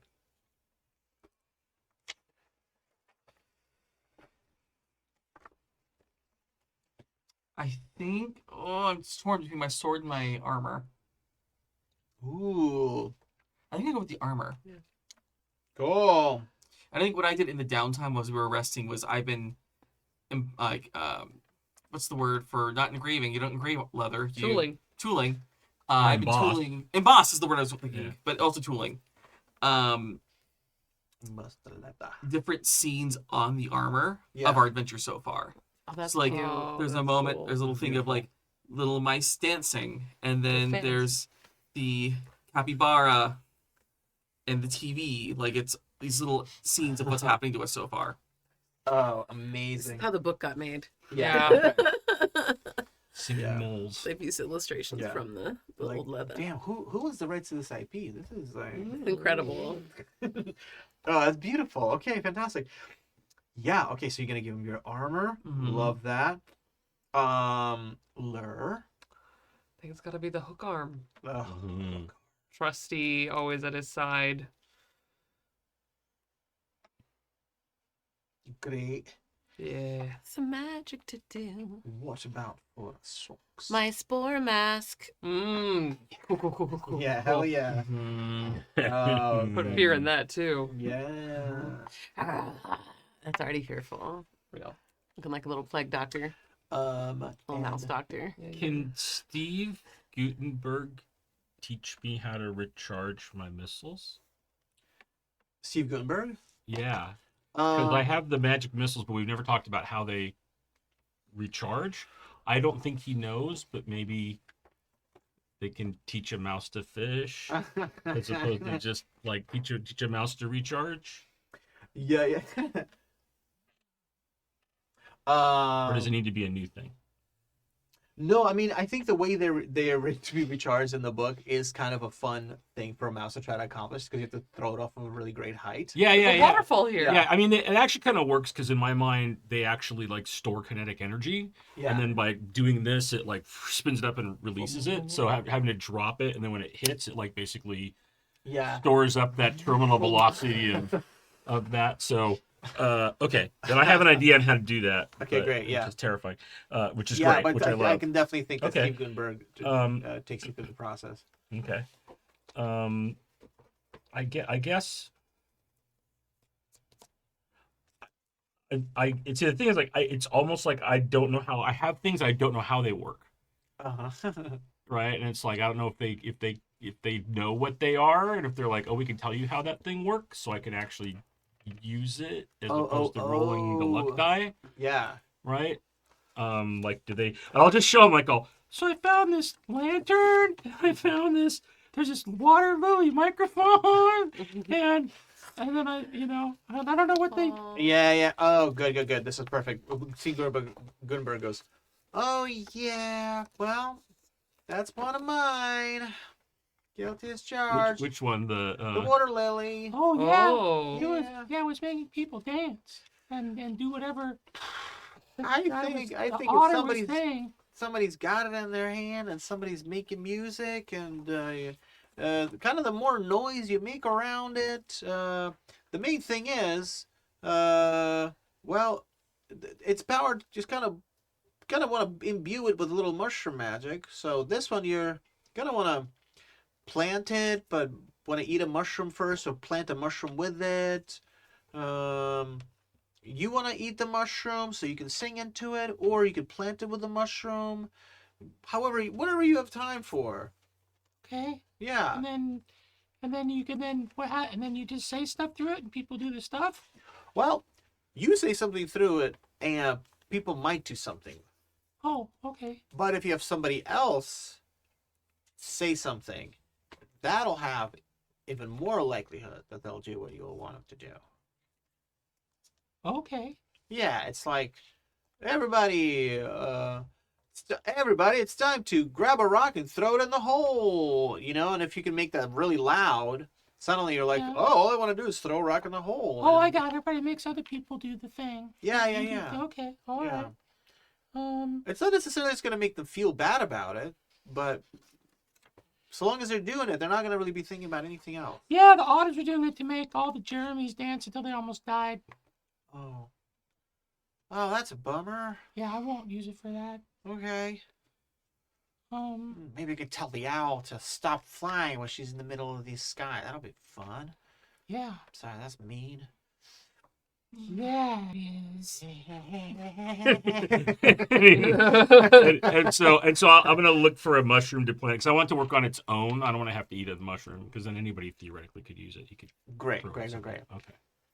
So Okay. that's my magic item. Great, Figure out how that fantastic. thing actually works. Great, great, great, great. So that would be your magic item. All right. Hope, Yeah. roll us a 2d8. Let's go. 2d8. Do Let's it. go. Awesome. Got high hopes. 7 Ooh, and a 1. 8. 8. It's Ooh. great. Okay. Actually, I'm gonna go ahead and say re-roll because we already have something That does that? does that. Okay. 4 and a 7, so an 11. Ooh, Nice. sweet. Okay, this is the invisible ring spell. Oh. Oh. So, Oh no! Yep, correct. wow, this is really interesting. So let's see. Yeah, Joey, read us the description of this and then tell us how you think you'd want to interpret it because there's some interesting suggestions for what it's like asking you to do. Especially because you talked about leatherworking, Mhm. and I think there's an element to this spell that has to do with ironworking. And if instead we adapted it to like leatherworking, Mhm. So it creates a dice times 6-inch ring of force. It is invisible and immovable. It lasts dice amount of turns. mm-hmm. So that's exciting. So I'm sorry. What are you asking me to? Well, so the way it recharges is it has to Oh, like build an iron ring of the same size as the last cast. Pass the spell through it. Dissolves the ring. Okay. So I think what it is it is the leather padding that is on the outside of my shield mm-hmm. is the main focus. Mm-hmm. And so I would basically then have to find another base of the shield and put that on the leather on top of that instead. And have that kind of mold to Right. the new shield. Nice. Love that. Cool. Beautiful. Okay, so we create a dice times 6 inches ring of force. Okay, it's available and movable. Amazing. Okay, so does the spell make sense to you? Yeah, I Yeah. think so. Right. If I'm remembering correctly, it's like you create an invisible dome It's a essentially. shield. Yeah. It's an invisible Yeah. shield. Yeah. I love that for you. I know, Bad. right? I'm Mhm. totally thinking that. Great. Good. All right. And it's immovable, so good luck, Owl. Yeah. Beautiful. Which of the Steves makes this one for you? Steve Harvey, Steve Martin, Stephanie Germanata, or Steve Gunberg? Oh, I think it's the trickster, Steve Martin, Yeah. Mm-hmm. because it's all about, being seen and not being seen, and then throwing perspectives, and he's also a bit of a magician. Very true. You know, yeah. He's like, you have to know. You have to know when your line is coming up. You have to know your cue. You don't want to be there when you're not needed. So, hey, you need a quick exit? Boom, there you go. You're invincible. See what I mean? Gorgeous, perfect. Lure, Terrible. roll 2d8 and tell me who you think is going to make your spell item. Ooh. Okay, so that's a 15. Oh, this is fun. Ooh, okay. I think it goes back to Stephanie Germanata. Yep. She did such a wonderful job with Gertrude. Dancing and Gertrude, yes. And Just dancing. It'll be okay. wow. She goes, Oh, I said that out loud. I'm so sorry. Hi. And she knows how to make an entrance, so. Yeah. She goes, hey, just so you know, I think everything you're doing is great. You were born this way. I was born this way. It's all about taking up space and visibility. And you just being able to be visible and be yourself anytime you want. Unless you don't want to be there. Yeah. Boom, invisible. Boom. Invisible. Yeah. You take up space only when you want to. Yeah. Be present only when you want to. Yeah. Yeah. Yeah. Yeah. All right. It's so tough when people expect you to be on all the time. It's true. You know what I mean? On what? What? I don't know. Third base. Amazing. So it's the invisibility spell. The recharge for it is pretty fantastic. The effect is it make a creature invisible for a dice amount of turns. Any movement reduces the duration by 1 turn. Kind of great. And the recharge is go a day without opening your eyes once while holding the spell. Good for him. Sleep all day? Got it. No problem. Fantastic. The So most you're. perfect spell for you. Yeah. I also do like that it's a hook arm that is like almost like ignite you invisible. Yeah. You're now invisible. Invisible. Great. So we've got this like invisible ring of force, a shield of force now for Bob Hope. We've got an invisible hook arm. Absurd item. Now socks. Your Yeah. spore mask. Yeah. Roll me a 2d8 and let's find out what your magical item is, and then tell me who you think made it. 8. Let's roll that again Yep, because we have yep, something that's yep, just as yep. effective. Yep. 13. Ooh. Oh, yeah. You have the grease spell imbued into your spore mask. That's right. Drippy You and are wet. able to cover a dice amount of a 6-inch area in slippery, flammable grease. Oh, Creatures in the area must make a dexterity saving save or fall prone. Mm-hmm. Okay. Okay, and then They would be hopelessly undevoted. who do you think does this greasing up of your mask? Oh my gosh. I mean, that's gotta be oh god, I don't want to deal with Steve Harvey, but here we are. yeah. Probably the one who would do it because that is a greasy MFer. Yeah. Survey says. Yeah. Well, I've been traveling with you for a while, Miss Bobby Socks, and I hope this serves you well. It's a little sticky. Sorry. Whoa. Oh, God. Okay. No, Oh. yeah, it's not sticky all the time, but if Oh, when understood. you want it to be, yeah. Okay. Okay. Appreciate that. Yeah. I just want to do something special. You've been so nice and kind to all of us, and you really don't. Well, you really don't have to be, but it's really nice that you're looking out for us. Just Well, putting looking out in for your- you is looking out for us. We're all one, really. Some mice, maybe not. We wouldn't see it that way, you know. Well, I've been, hooked into the mitochondrial network, Sure. and it's if that's the name, if I haven't butchered it, which I'm sure I have, but I don't know. So close. Yeah, Totally. yep, totally. I know what you're saying. Yeah, you know what I'm saying? And when you've tapped in as often as I have, you understand that we're all one. Yeah. No, Well- really. Oh. The mushrooms connect Yeah. all of us Okay. together. Sometimes it's good. Sometimes that connection is not great. Wow. But I'm hoping for utopia one day. never really thought of it that way. Oh, I know. Here, try this one. I give him. Okay. Give him Uh-oh. something.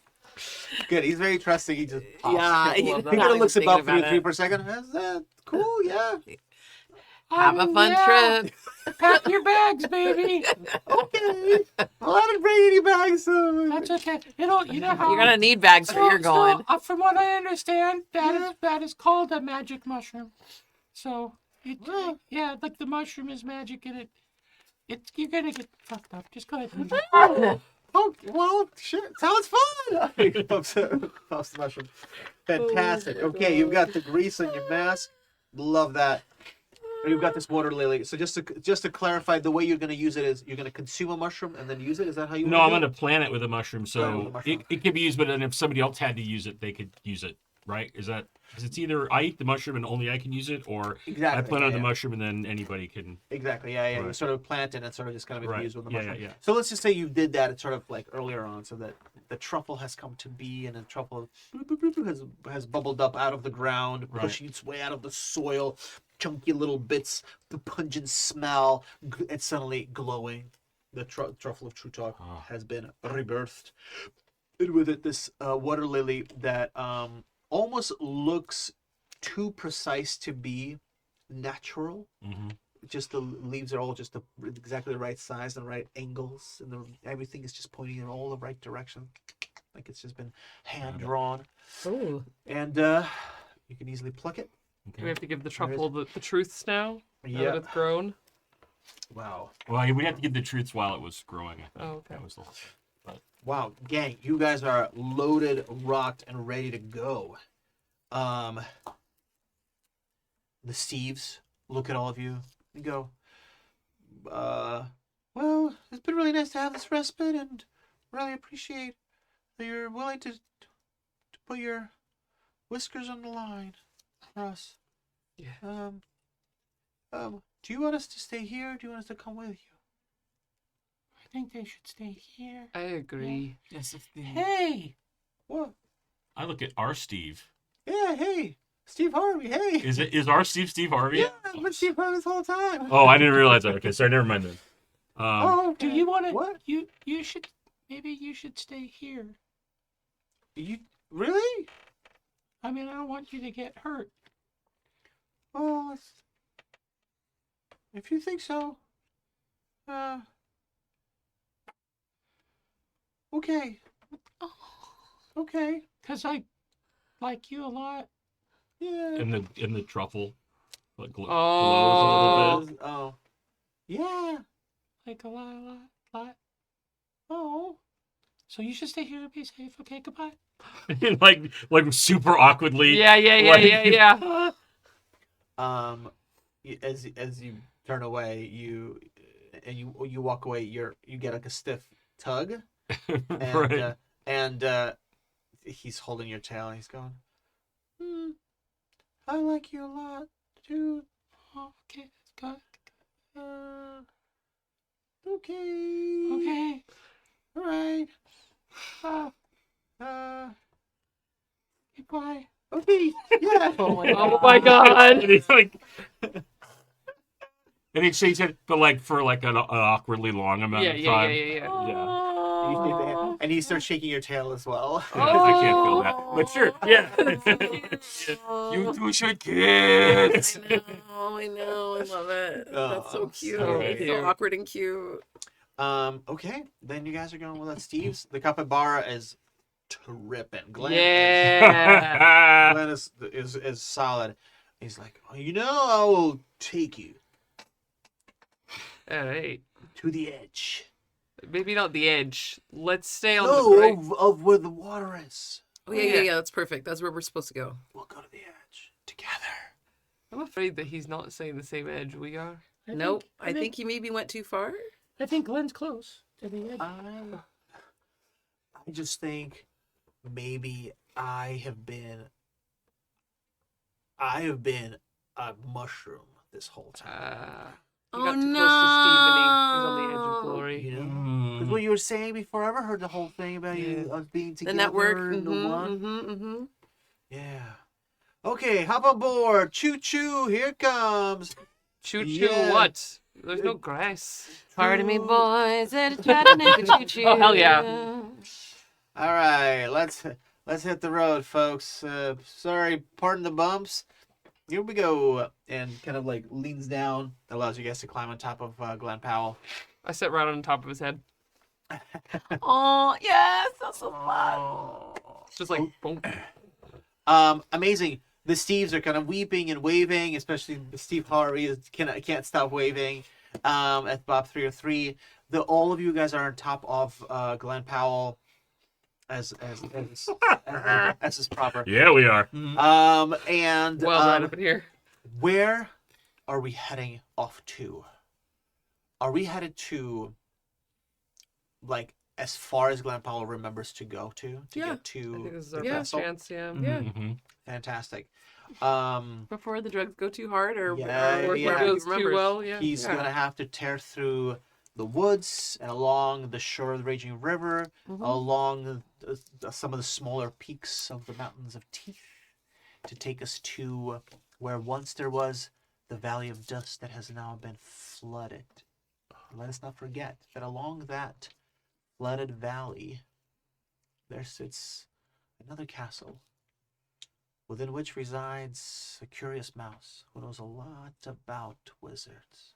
That's true. For along the coast, there is the castle within which one Jeremy Crawford resides, Yeah. who may have some knowledge about wizards and such. Hmm. And that's it for tonight, folks. We'll pick up next week with our little journey. We'll see what we see. We'll see what we find. Folks, thank you all so much for joining the Happy Jacks RPG Network. This has been Mausritter RPG, written by Isaac Williams and published by Losing Games. And this is an all-original adventure called What About Bob? I am Artem. I have been your GM this entire time, and with me are some wonderful mousy humans, aka Mumins. Human. Could we please take a moment to introduce ourselves right after these really fantastic shout outs to those incredible people who make things possible. Sorry, I'm a little bit out of Doing sequence great. here. Doing great. Too much Glenn. Chat mods, you rock. Impossible. You Yes! rock so much. We love you. We love you even more than we love to get on top of Glenn Powell. That's true. Thank you, chat mods, for making That's it big. possible to have a beautiful, safe, and loving space within which we can play these games safely and funnily. We also want to thank and shout out the most amazing Patreons, the Happy Jacks Patreons, who keep us ad-free and independent. It's because of you Patreons, that we're able to play rad games like Mausritter RPG without having to worry about publishing companies or system popularity. And anybody out there who's listening and watching, if you feel like being a hero and joining the Patreon, you can do that. You can become an amazing Happy Jacks Patreon by going to happyjacks.org/Patreon. Power is yours.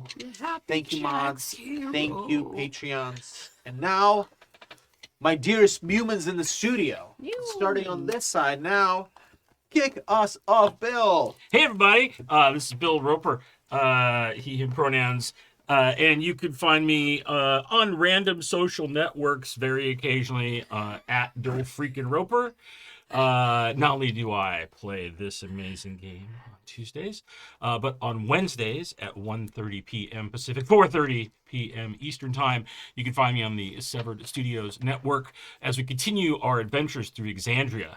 And I encourage every and all critter to come there because we might be the only place in Exandria right now. We could be the only AP there. Keeping it alive. Could be. Who knows? Keeping the lights on. Keeping the lights on in Exandria. Keeping Ruinous glowing red.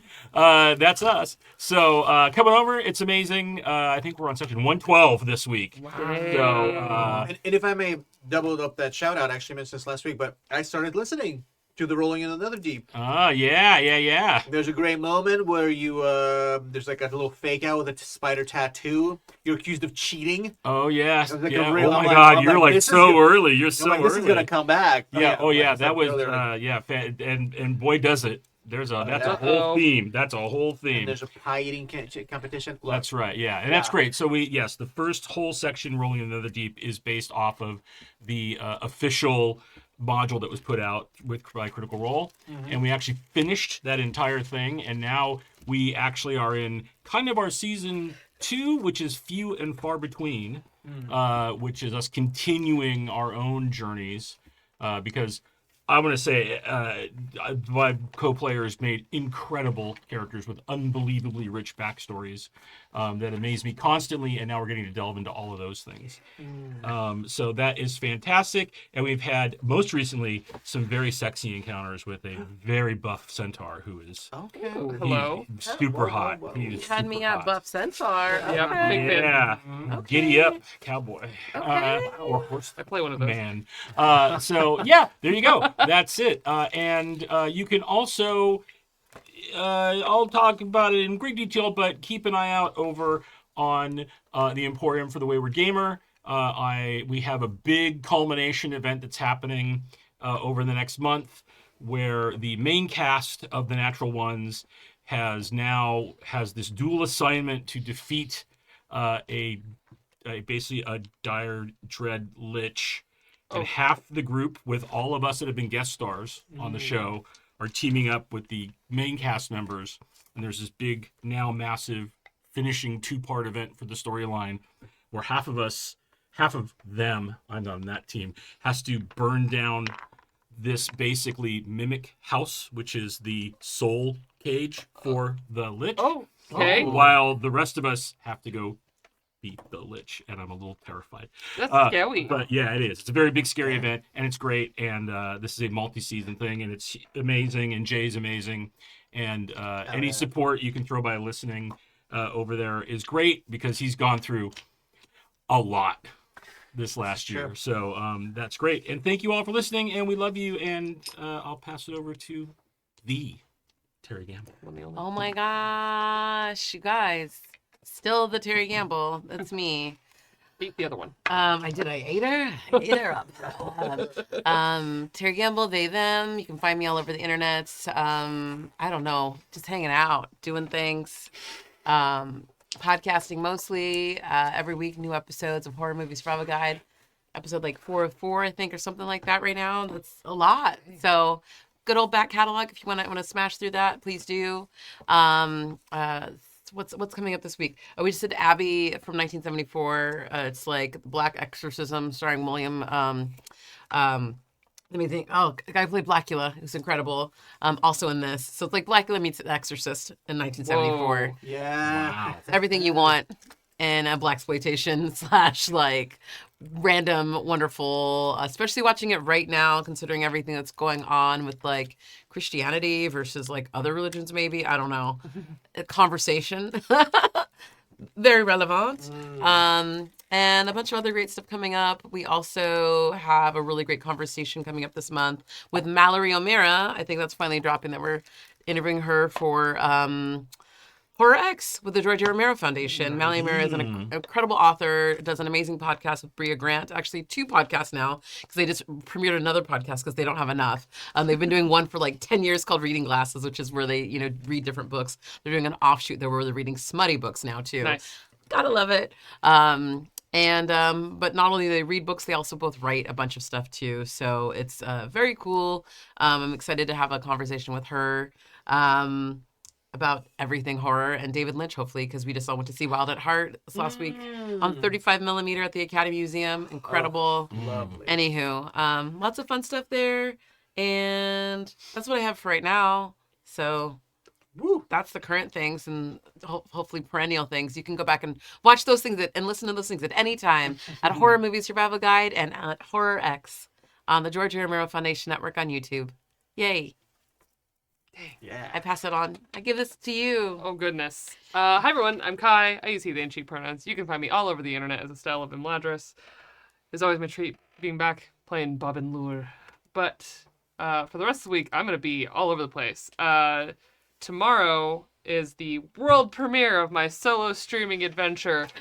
Oh, goodness. Come hang out with me over my channel at Estelle of Imladris on Twitch, where I will be doing a little bit of getting to know you games and having a good time with chat. In my little studio. It'll be a good time. So catch me over there tomorrow. And then on Thursday, it will be the penultimate episode of Sun and Change, which is a Tales of the Valiant, all AAPI cast set in a post-colonial fantasy Asia setting. It's been great. It's with the Global Create program. And it's been just a really cool story of political intrigue and maybe some murder and maybe some casual murder by my character because he's maybe got a problem. Don't worry about it. And then come back to my channel on Friday where I'll be playing some Marvel Rivals. You can hear me swearing at DPS players.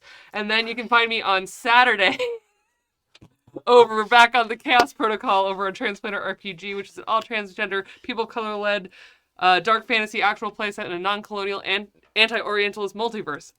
I did it. So many words. Where we are currently playing Court of Blades, but it's a hack of Court of Blades called Court of Vampires, where we are in a world of vampires, and all of our wonderful agents of trans have all become vampires. So not only am I playing a sad cowboy dad, he's now also a vampire. And it's been honestly such a treat, and a bunch of stuff is starting to go a little bit awry in our wider story of our show. So come tune in for some existential crises this Saturday on Translator RPG. I recommend it very highly. I have a lot to catch up on, but it is edited and so beautifully like presented. It's just you're fully immersed. It's super rad. Yeah, We're super spoiled to rad. death over on Translator. Yeah. Sad Purple Cowboy Vampire, I think I romanced him on Dream Daddy. Correct. Yes. Correct. Hi, everybody. I am Joey. You can find me on all the socials at Feywild, Feywilde, or Feywild85. Come join me on Blue Sky, where we can talk about what happened this past week on Drag Race, because I'm still recovering. My team is in shambles, and it's okay. We will rebuild. Make her bigger, better, stronger than before. I love you. On top of that, I am going to be performing once again at the Renaissance Fair out in Irwindale. I have dates. I wrote them down. I'm learning. Yes. I'm maturing as a performer. So April 4th through the 18th of May, I can talk, is when the Renaissance Fair is, Saturdays and Sundays. However, I will not be there the week... I don't know what that... I didn't write that down. You're Anyway, maturing. The look on your face. Sorry. That's so good. 3 weekends, middle weekends, I won't be there. The final 2 weekends is because I will be performing as Dickon in the Secret Garden at Golden West College. I can finally announce it and talk about it. Old stomping ground. Yeah. So more details about that as they come up, but haven't started rehearsals yet, and I'm terrified about having to do a Yorkshire accent. And you all know how well I do accents on this channel, so it's gonna be You're great. it's gonna be an adventure. You're ready. I'm very excited and scared. Excited and I'm scared. thrilled. But yeah, that's all I got going on. GWC. Keep an eye on the social. Woo! Oh yeah! Hell Congrats. Wait till you have a warm apple drink and it can be a hot Dickon cider. It's gonna be so good. Beautiful. Is that beautiful. what it is? Is that it? No? Yeah, you Is that- nailed it. I read that somewhere, yeah. Yeah. Save me, Artem. Folks, hello. Can't get out of this one, Bill. I am Artem. I have been your mouse chaperone, your rodent keeper. Rodent wrangler? My pronouns are he and they. You can find me on the line on the Instagram online. There you go. I go by Artem directly, as in you can find me directly. Artem, you guys get it. I have a hard-hitting podcast about food and film. It's a hard, important cultural conversation. What sandwich should go with which scary movie? That's the conversation we're having on Scary Movie and a Sandwich podcast.